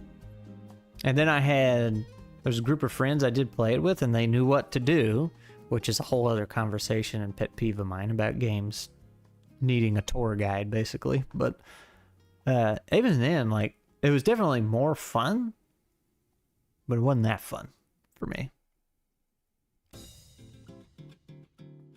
User error, but it happens. Bounced off of Tears of the Kingdom. I wanted Zelda, not Girls. So, I don't know if you've heard me fuss about it before, Kazdope, but like, Tears of the Kingdom and Breath of the Wild, I do think they're fun games, cool games, but I do think they're very, very, very terrible Zelda games. And they should have just been their own IP. Memory will have the lore name, but you will need the coding name if you want to do stuffs.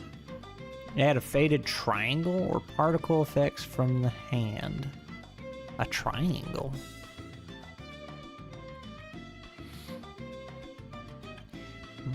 My fallback since we failed to get players for Vintage Story. Doesn't matter how long it takes to complete something, as long as you complete it and you're happy with it and you had fun doing it. That's right. I'll remember that next time I'm looking at my book that's taken me far too long to write. Like, Flying Bard said, as long as I'm having fun. I'll take another 10 years to write this.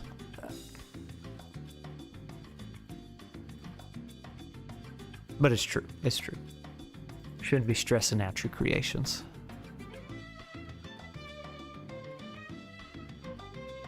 Like a wide beam.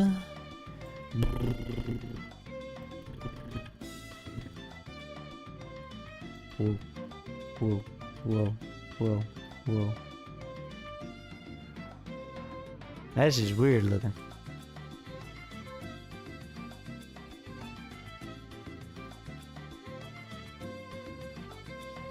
Thanks for the hangout, chat. Gotta go.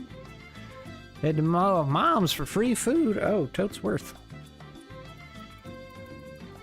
Understandable.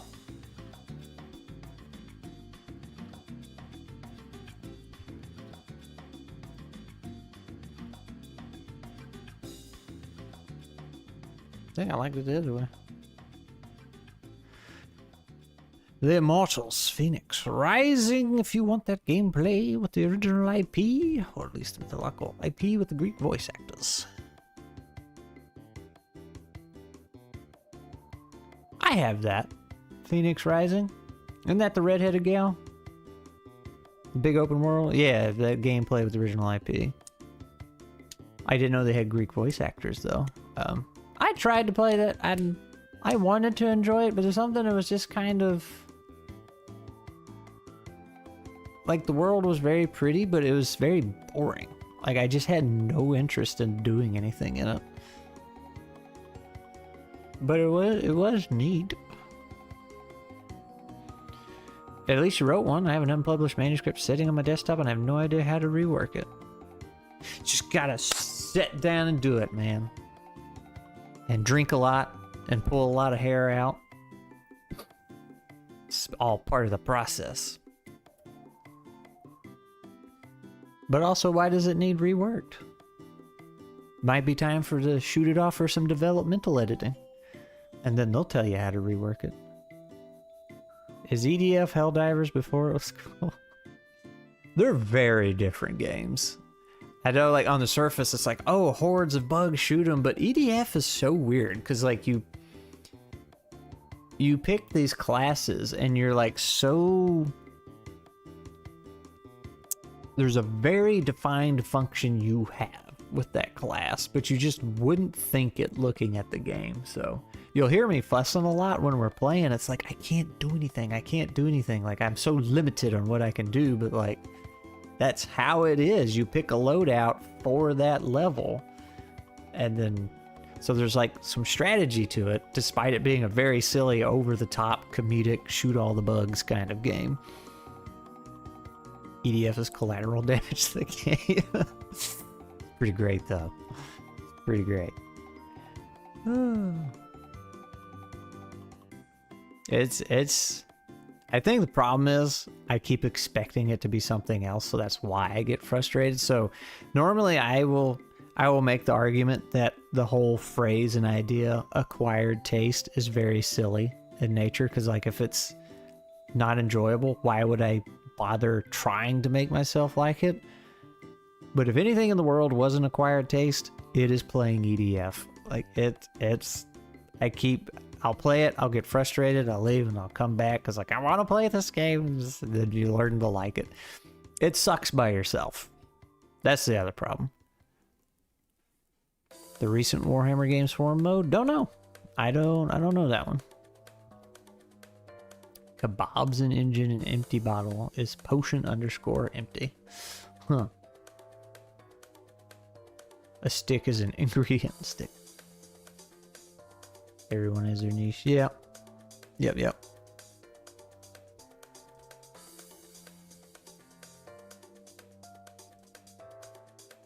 But it's like I said, I really enjoy it when me and Parker play. It's fun.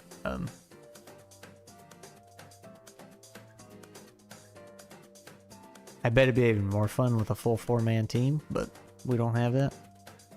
D&D versus Rule Light versus OSR games are all very different experiences, and you have to manage your expectations accordingly. Yeah. Yeah, and that's the thing. See, like, EDF is very much meant for a 4-man group. Or 4-woman, whatever. 4-player group. And when you don't have 4 players, like, it hurts. That you really feel it. Because everybody has that specific function they do. I guess unless you all pick the ranger class and then everybody can just kind of make do. But, and another problem is, like, I'm pretty sure, I know EDF 4 or 5 did it, but I think they're all like this. If you play online, the difficulty is balanced for 4 people. No matter how many people you have in your party. If you have 1, if you have 2, if you have 3, you have 4, it is balanced for 4 people. So that can also hurt. Ranger go he really does. Acquired taste is just a really specific want that is rare and most people have to find out if they enjoy. Something like that. Also, my music got kind of loud.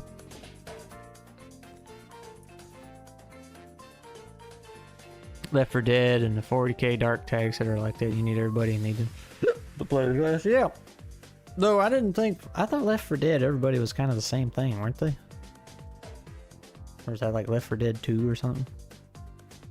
Land squad type game, I guess so. Acquired taste sometimes means you have to spend a minute to understand the appeal, but most of the time it means don't call me up. Yeah. Well, I hear usually when I hear acquired taste, it's literal taste like a drink or a type of food, and it's like, no, if I don't like it the first time, I'm not having it again. I'm not forcing this into my body and then, you know, telling myself I enjoy it, which is a very terrible thing to say with no context. I know those specific ones because I made a mod that makes kebabs and potions give your sticks and bottles back. Like logo banners, overlay, may I suggest something? Oh, hey, it's another bot.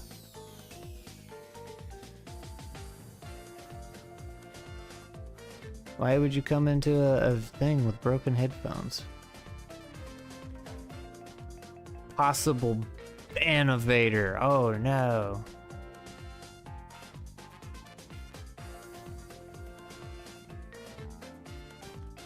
Count created 31 minutes ago. Oh no. Well, let's just take care of that. All right. See, why do we stream on Twitch? I don't even know. And then this happens whenever I try and ban somebody. There we go. Usually hear acquired taste alongside it gets better later, which, yeah. Oh, I've had a whole rant on the, yeah, it gets better after so many hours. Nope. We're not doing that. That's time I could be doing something that was more fun.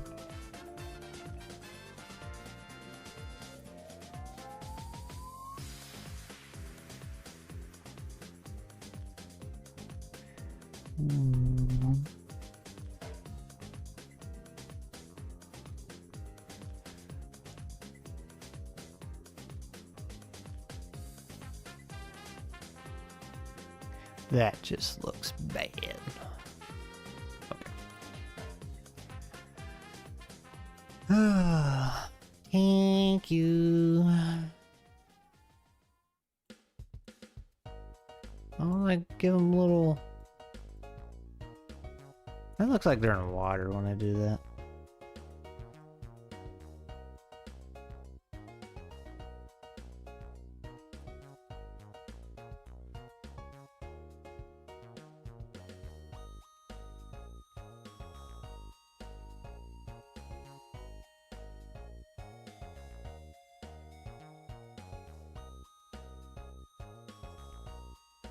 I go and have a late lunch and you still haven't finished this thing.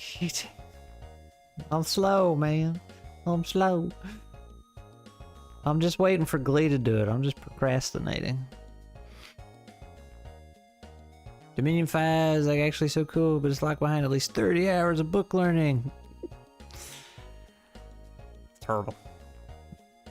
It goes, Glee. Like I just said, I'm just waiting for you to do this for me. You can't improve on perfection. That's just you saying you don't want to do it. Weaponized incompetence route. Yes.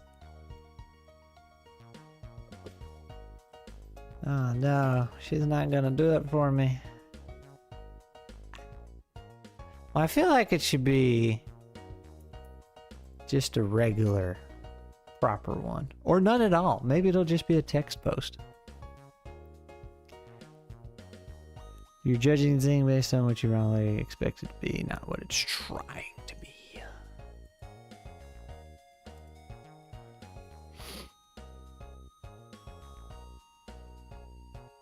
Images perform better. That's what you think. Nothing performs on my channel. All goes to the abyss, I say to a busy chat.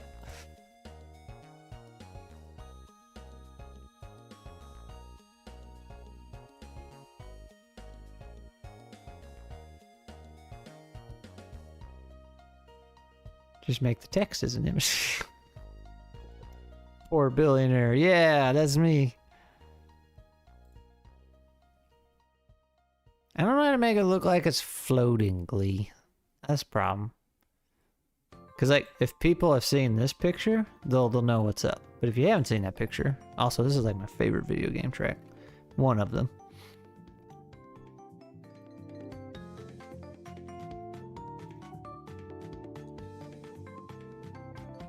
It's dancing time. When we figure out the time, hey man, whenever you want to run some shots on game, you recruit some players for your overly complex D6 system. Blind Bard's in the chat. Maybe you can hook her up. Get her on a little mini campaign. Performance under observation is disappointment waiting to happen. Can be. September, I'll be hitting the 4-year mark since I first began developing my game system. See there? It's a lengthy process. What if it's trying to be incompatible with what you want? I guess the thing is not for you, and that's fine. It's fine. It's fine.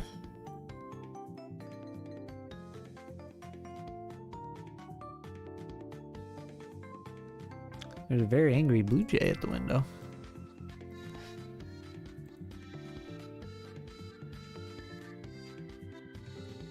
Oop. Well,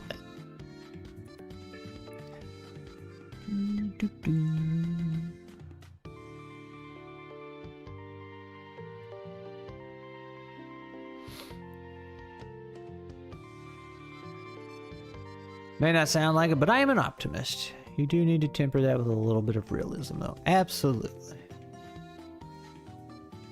Send it all and move on as quickly as possible. How about this? How about this? And then we'll put this down here.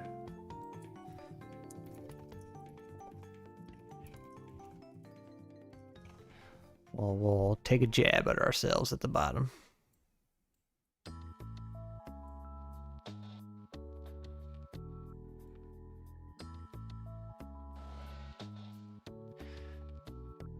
And what about a fancy background? Oh, you know what we could do? Check this out, check this out, check this out. It's all coming together.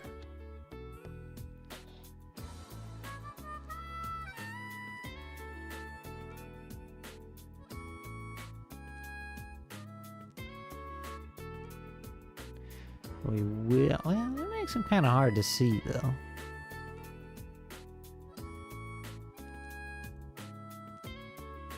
And then we grab these letters. Oh, not, I don't want that. There we go. Text. I don't think it has one already. There we go. Ta-da! It takes a lot of work to make something look terrible. Sometimes you think it'd be easy. Terrible and good at the same time. On what day? Well, what day you want, man?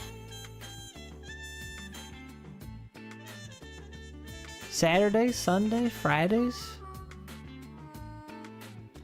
That's what we gotta find out with other folks. See there, and Blindbard says they're game for anything. Oh, figure you forgot the E.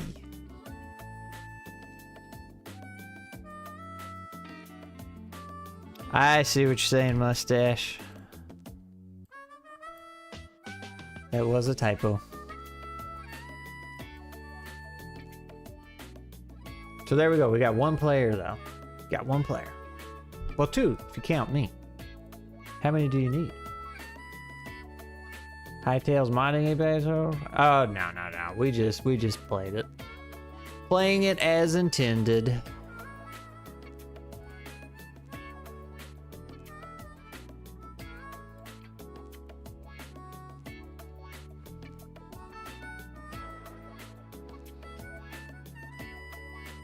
Do it a weekend, I suppose. Depends on the peeps available as I'm fair. Okay. Yeah. So if you want to start poking people, well, we need to find, I guess the idea is to stream it, right? So get eyes on it, gain interest, all that kind of thing. If that's the goal. If that's the goal, then my Tuesdays and Thursdays will probably be out because it's when I stream anyway. Friday evenings I can do. Saturday evenings I can do. And Monday. Sunday evenings taken up for shooting the bugs we were talking about earlier. And Wednesdays usually when I'm with my brother playing some games. So obviously I have time during the day too, but I figure most people aren't going to have that available, so. The Blind Bard just became a playtester. You're off.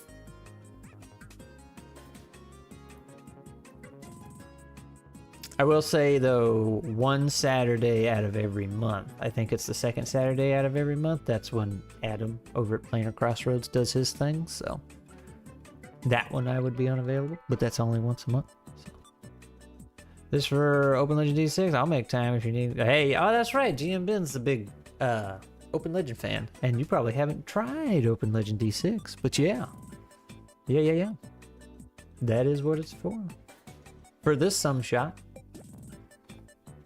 So we could do that. And then we could do Heroes of Cerulean from GMBN. And then I would probably be up to the plate after that. Hopefully would have a book done. Well, not done. I'd have it sent back to the editor. No promises, but...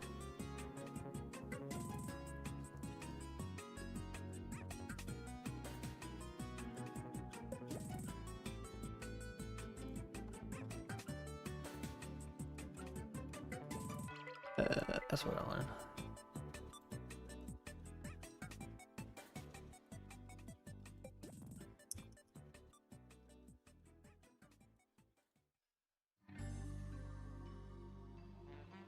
Could do Saturday evenings, I suppose, and try to do the 3 session to exclude the Saturday you do in a planar.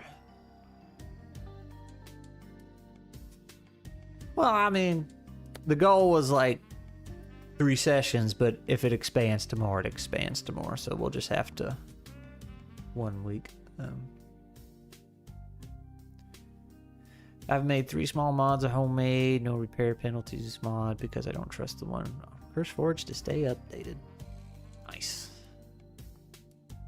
I wouldn't even know where to begin. What I'd even want to do other than remove durability. I can't stand durability in games. So silly. Exciting! Normally Tuesdays and Friday nights are out, but anything else? Well, there you go. There's another Saturday. GM Ben, how you feeling for Saturdays? Tell your boss you have something super important to attend to on Saturday. Whether the boss is your job boss or your wife boss. Tell them you got things to do. So that's me, Bard, Jim, Ben. That's 3. You want a 3-man party or a 4-man party?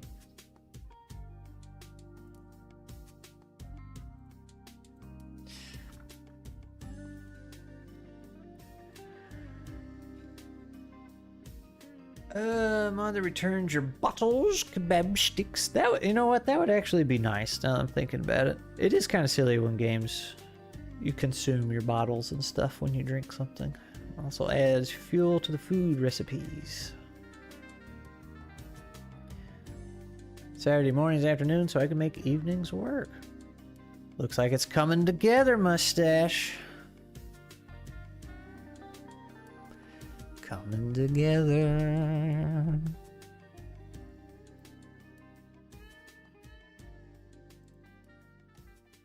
Hey, and there's a mustache.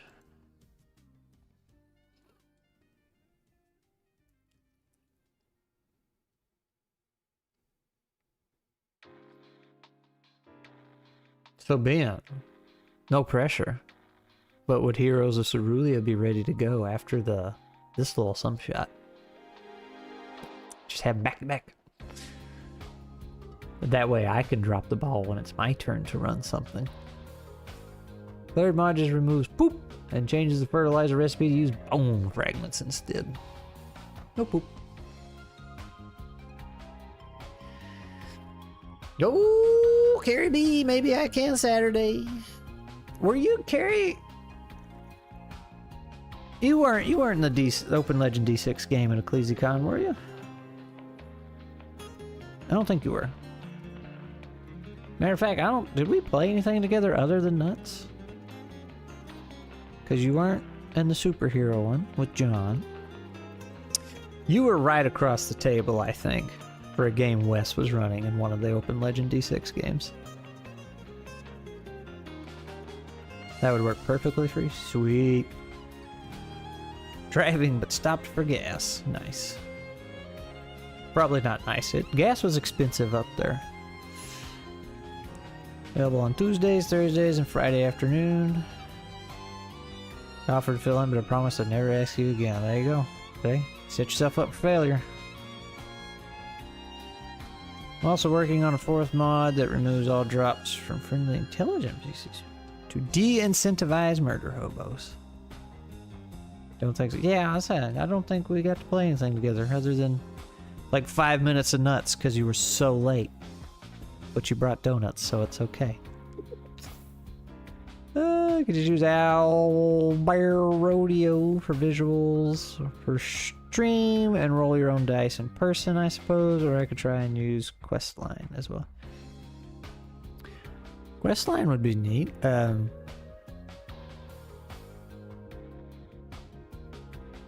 Blind Bard will have her own dice for sure.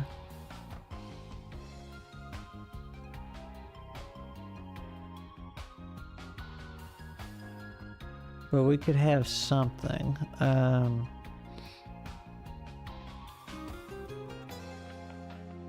only thing about Owlbear is the dice roller kind of stinks for streaming.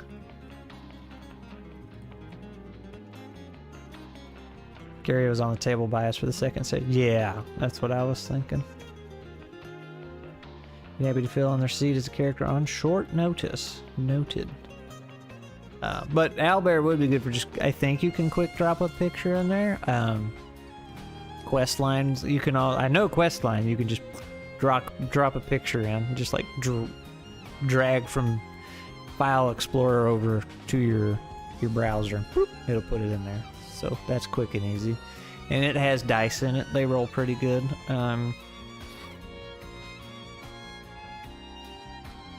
Questline's pretty neat, it just takes a little adjusting to get used to.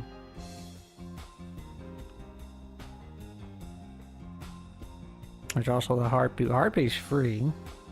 Owlbear's free. Technically, we could use Foundry. I could just set up a blank room and make you a GM in it. And give you suspicious, questionable links. Could do that. We got options. We got options.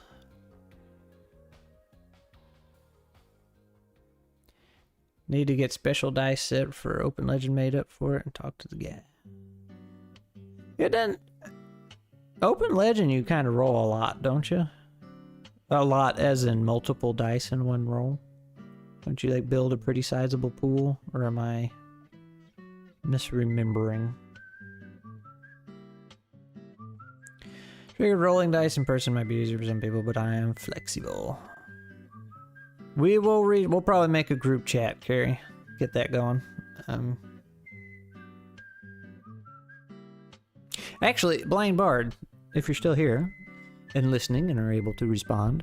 So when you join TTRPG games, does Husbando usually join you or need to join you for assistance? Or do you kind of do your own thing? Because that might be player number 4. Because I meant to ask you that a while back. Because I needed one more player for something. I was like, I don't know if she plays by herself or she counts as 2 people because John's always with her. So I wasn't sure.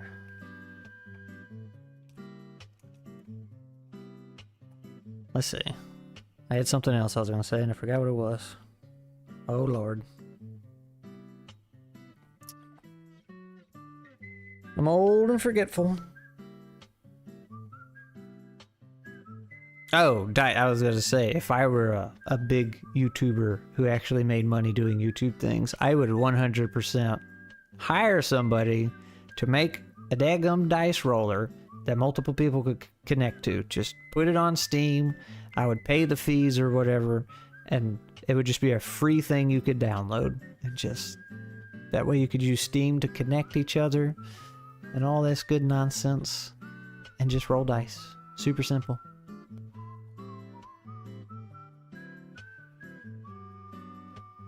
And then I would no longer be able to say I don't spend money on dice because I would have spent probably a lot of money on dice to get that made. One of these days I'm going to run in Tabletop Simulator. So Craig, he's around every so often in the Discord. Some years ago he ran Break in Tabletop Simulator, and it was like 3, 4, 5 sessions. It's like one of the sum shots we're talking about. He ran it for me, Parker, and some other guy. And he did some really cool stuff with it. Not like overly complex, but like there was one battle arena we were in. It had multiple vertical tiers. So he just put, like plain platforms up there and moving our tokens across those tiers. It's like, oh man, that's like this. It's not much, but it was super cool just having that, extra axis of movement. So that was neat. And, just having the tokens out on the screen in the map. Like, it's neat, but it was kind of janky because none of us knew what we were doing. So some things kind of messed up, and we ended up having to lock everything down on the table because people were like throwing them around and getting distracted. So, Tabletop Simulator is very cool, and I have a lot of good things to say about it, but I would never use it. It seems like it would be a huge hassle to set up, but would be really cool. But it's like, I don't want to spend all that time on setup and then have people distracted and constantly throwing things around. So, yeah. I will be playing solo tomorrow, and David Games Grimwood game. We're playing Monster of the... Oh, did you end up joining that? I saw his call for players. But you'll be solo in that. Okay. I still haven't played Monster of the Week. And I was about to say, and I'm still not sure what it is, but that's a lie. It's a Powered by the Apocalypse game, which actually makes me want to try it now. Got things like Tailspire and some other things I haven't really explored. Somebody got me Tailspire for my birthday. Old Franny Fran got me that. Looks super neat. But the problem is, those things, it's such a tall order to get other people to use them, because that's why Foundry, I feel like, is so successful, because only the GM has to get it. And then all the players in the world can join you. So whereas Tailspire, pretty sure everybody has to buy like a $40 game. So later, Kaz Dog, or Kaz Dope. The specific setup for the ttrpg is called Roll. Quick internet search shows many synchronized dice rollers, but I'm sure they all have it. That's the thing, man. Like, and some aren't very exciting. You know, it's just like a number comes up. Ooh, it's like, okay, technically, you know, it's a dice roller, but like something visually appealing. Foundry's been awesome. For some people, it has been awesome.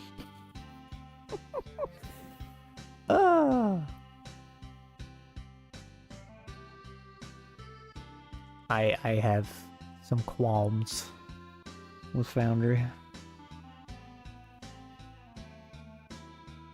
Kazdak is correct. Although I suppose I never say it out loud much.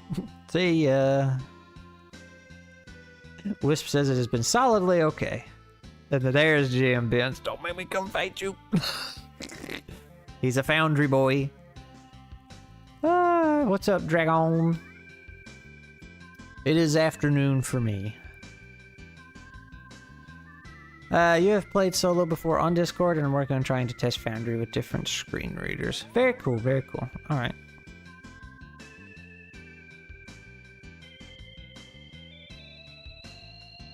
We would need a way, Mustache, with the initiative system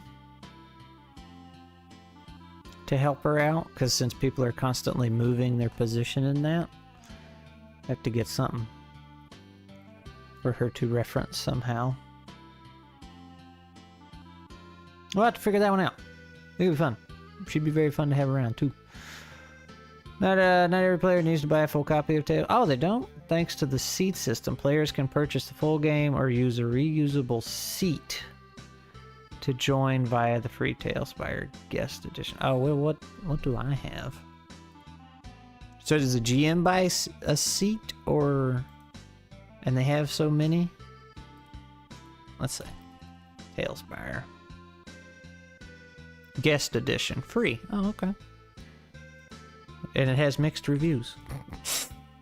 Guest edition lets you join, build, and play any Talespire campaign. Oh, okay. Where the party has seats available.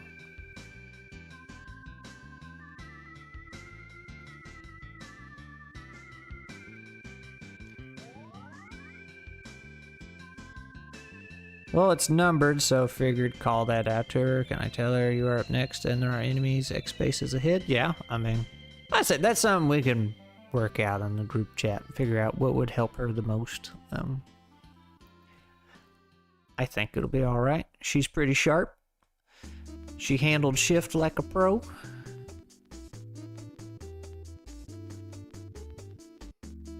I'm so very excited to give this a try, only to find upon opening my game that a seat costs $18. Cheaper than the whole game, yes, but... So how does that work? Players can purchase the full game or use a reusable seat.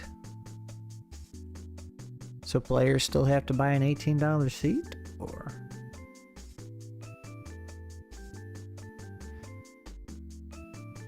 You're a theater of the mind, Phoenix. How free is Talespire to GM without setting preset dialogues, without paying for expansion premium adventures? How free is Tales? So I don't know. Like I am a Talespire noob. I just got it semi recently. I've only played with it twice and it seems super fun to build with, but like a lot of these 3D asset building tools, it seems like it could be an absolute money pit, but still fun, still very fun. And I have heard that people that actually put in the money and play this, they say it's super nice and very good at replicating an in-table feeling. So I would like to give it an honest go, but again, the problem with getting these 3D asset table thingies off the ground is there's usually a pretty steep buy-in. I think the GM buys the seats in theory, or whoever buys the Talespire edition, it comes with it. Oh, well, let me fire it up real quick. Where's the old Talespire?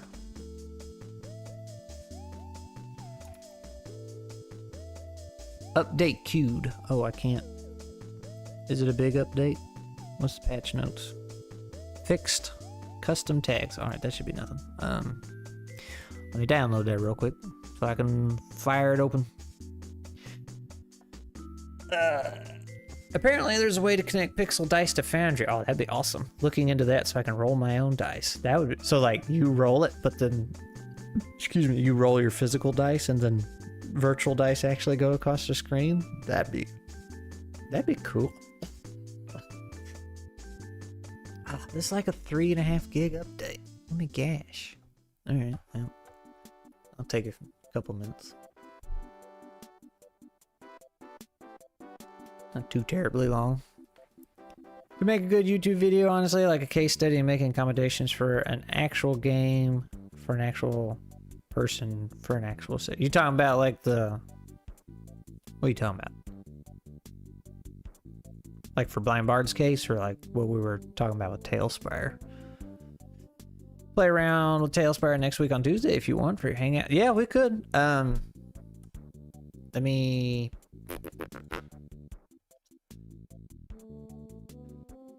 Run my calendar, make sure nothing happens Tuesday.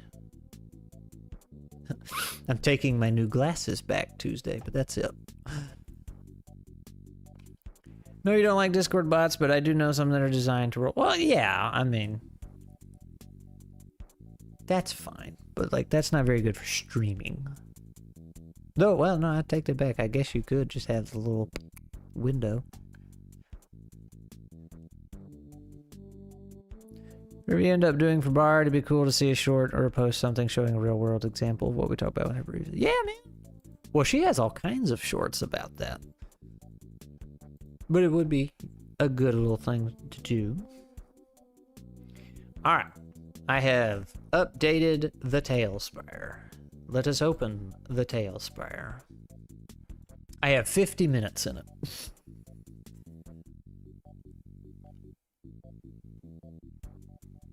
Also, Tailspire has been in development for a very long time. I want to try Dungeon Alchemist.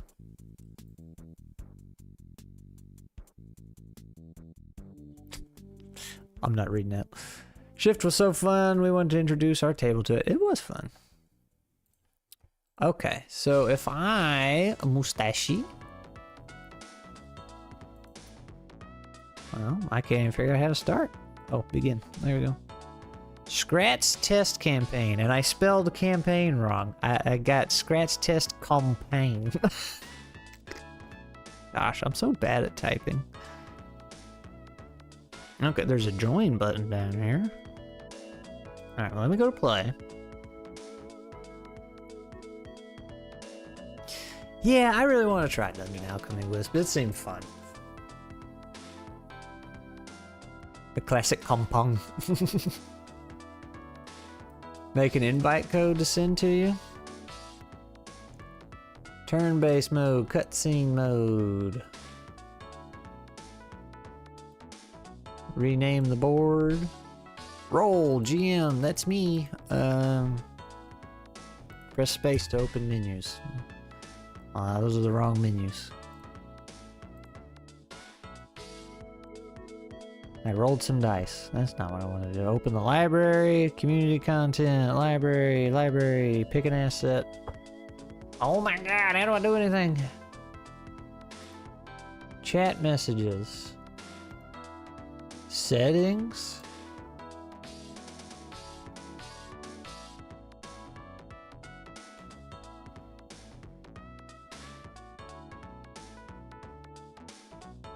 Yeah, I'll make a group chat, Carrie. Or you can post it where Stash just told you. But seats. Okay, here we go. You own 0 seats.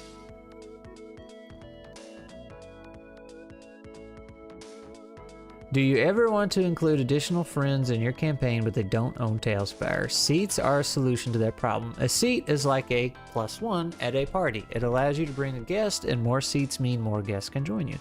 Anyone who owns a full copy of Tailspire can buy additional seats. Well, that's silly. This means the GM does not have to handle guests alone. If 2 people each own 2 seats and play the same campaign, 4 seats would be available for guests who don't own Tailspire and that campaign on that campaign. Another way of saying this is that seats stack. Seats are not tied to a specific person. If you have 10 campaigns each with 2 different guests who don't own Tailspire, you would only need 2 seats to cover all 20 guests. As guests arrive, they're automatically assigned an available seat. When you play a campaign, your seats move to that campaign. You can move them manually from the main menu, but they always follow you when you start playing. Your seats stay where they are when they leave that play session. This means your seats remain available to guests so they can still play even if you are away during... Okay.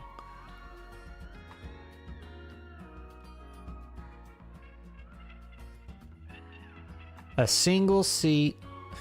So a single seat is 15 buckaroos, but a party pack is $50, so $12.50 per seat.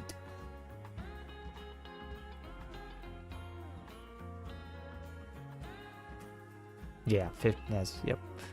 And I think that's what happened. Like, this is definitely what happened to what was that other 3D builder I got? They reached out to me a long time ago. Adventure Stories or some RPG Stories, I think that's what it's called. It was a very cool builder. Like, I liked that one. It was fun to build in, but they can't get off the ground because there's such a steep buy-in. Like, I get... And like, this one's kind of weird because it's all on the GM. Like, a player could say, yeah, I'll... Or what, did I read that wrong? Can a player buy their own seat? I thought it was just the GM. A seat is like a +1, blah, blah, blah, blah, blah. Anyone who owns a full copy can buy additional seats. Okay. So yeah, like, if I wanted to join somebody, it'd be, you know, my friends, it would be kind of weird to say, okay, well, you got to give me $15 so you can join us, but you can't take it with you. It's going to be mine.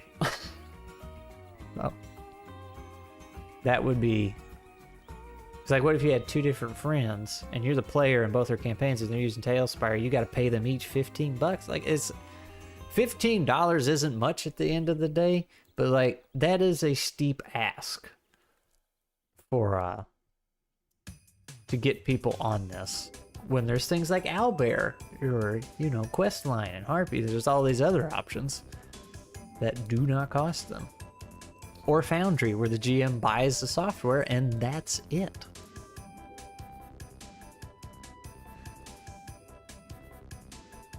I think that's what I was saying. That's why I think a lot of these things don't make it, because there's a lot of these 3D asset builder thingies out there and they just struggle to get going. Everyone who has a seat and joins the campaign, it pulls them together.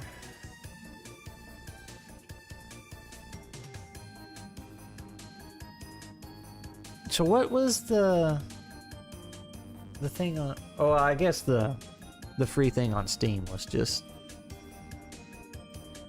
something for players to download and join, right? Back. Yeah, the guest edition. But you can also build in it, which is interesting. It's always about making money and not making something out of passion. Well, you know, you do have to make money to an extent, depending on what you're doing. Like something big like this, yeah, they probably have multiple developers, artists, and all that, and you got to pay them. So you can't have everybody working for free. But there does seem like a better way to acquire said money.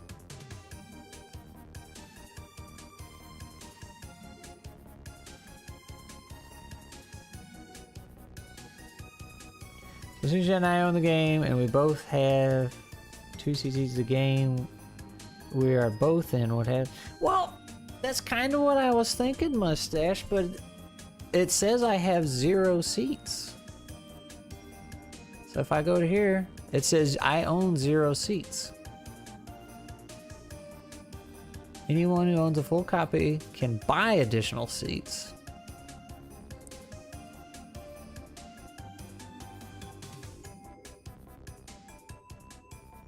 If two people each own two seats and play the same campaign. I don't know, that's weird. I don't get it. Because it does sound like that's how it would work, but it's also saying I have 0 seats.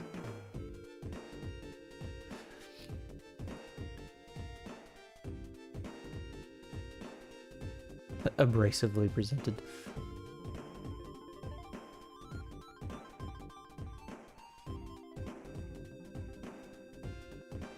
Oh, my chat got messed up again. I'm missing it. It keeps refreshing and going to top chat instead of live. So like, yeah, so like Ben's message didn't make it at all, and I saw you respond to him, and I was like, what?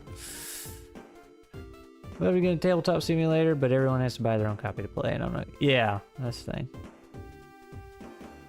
That was the problem when I was talking about switching to Foundry originally, years ago. Everybody was like, I don't know, Roll20's probably fine. I was like, you guys don't have to pay for anything. They're like, oh yeah, I'll give it a shot. Sure. So.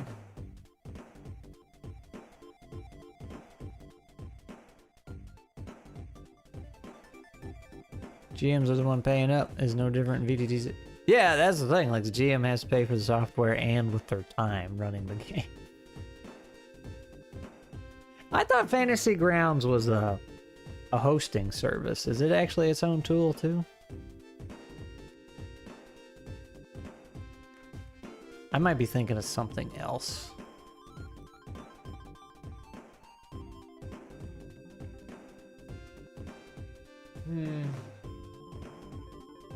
Well, yeah, I'd like to give a game a shot in Tailspire. I'd also like to build some maps in Dungeon Alchemy. So, like, Tailspire won't let you export maps, will you? Or I might thinking of RPG stories. There was one of these 3D things, like, it would not let you export maps to 2D because they're like, no, you gotta play in here. Oh, I got an invite code. Let's try it. Of course, you guys can't even see what I'm doing. Let's try this.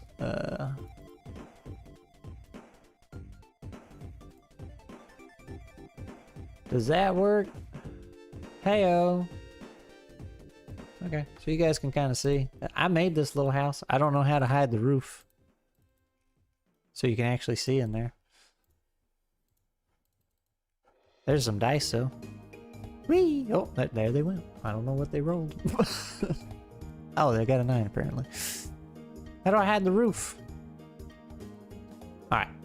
Where do I go to join? Exit to main menu.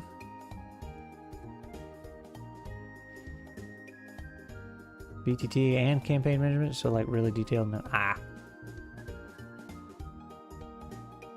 Yeah, so Dungeon Alchemist is straight map building, right? You don't actually play in it.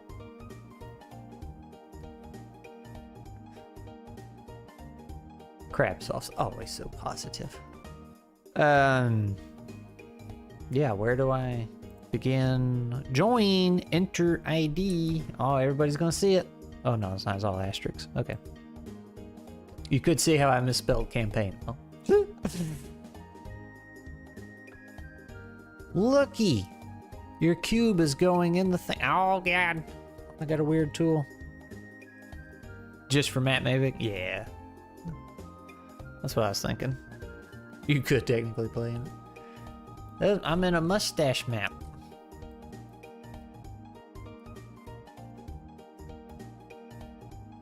I can't grab anything. I can't do anything. How do I roll dice? I can change my color. Woo! Gesture tool. I'm gesturing wildly. Old assets from 2020. Missing texture boxes.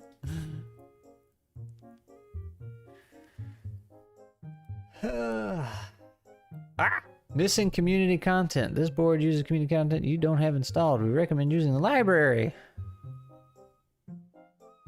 How about nothing?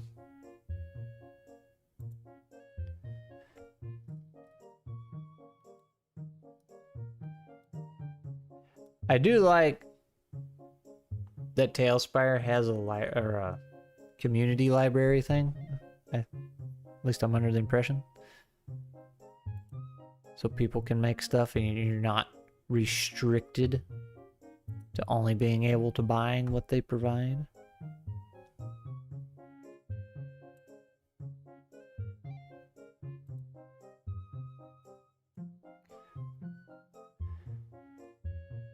Scrat knows his maps. Can I get some help on small one I'm making? Sure. Post it in the Discord. I wouldn't say I know my maps, but you know. I am about to get off of here though. Oh, D12s, go. Oh man, you throw them so hard.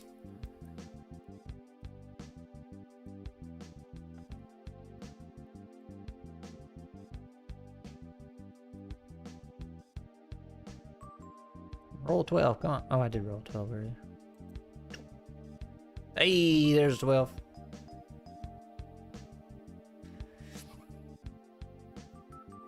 Beef for later, because I'm wrangling cats.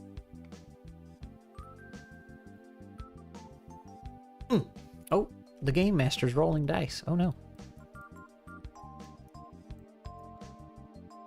Yeah.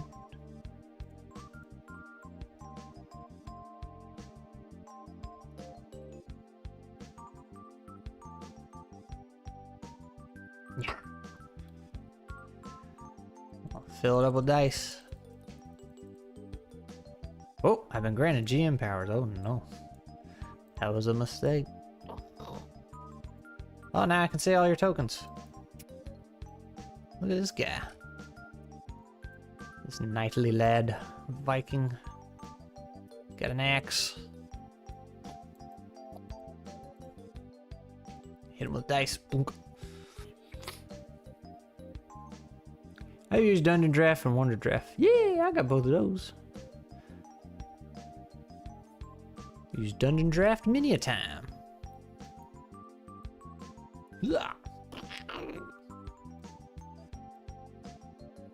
I rolled 126.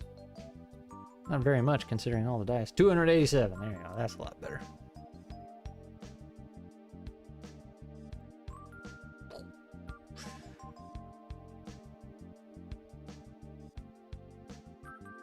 If you get bored on Hangout stream, figure out what you'd actually want from a dice roller. Oh man. Perfect dice roller. And Sophie's dice is real close.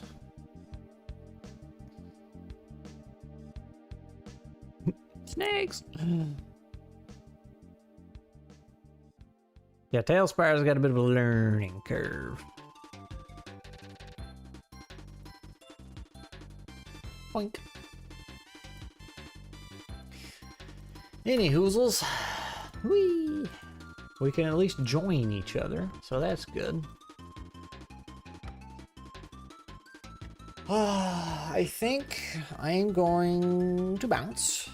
Let's see, but I'm going to add this on here so I don't forget. Group chat. There we go. Let's set up group chat for the Sum Shop.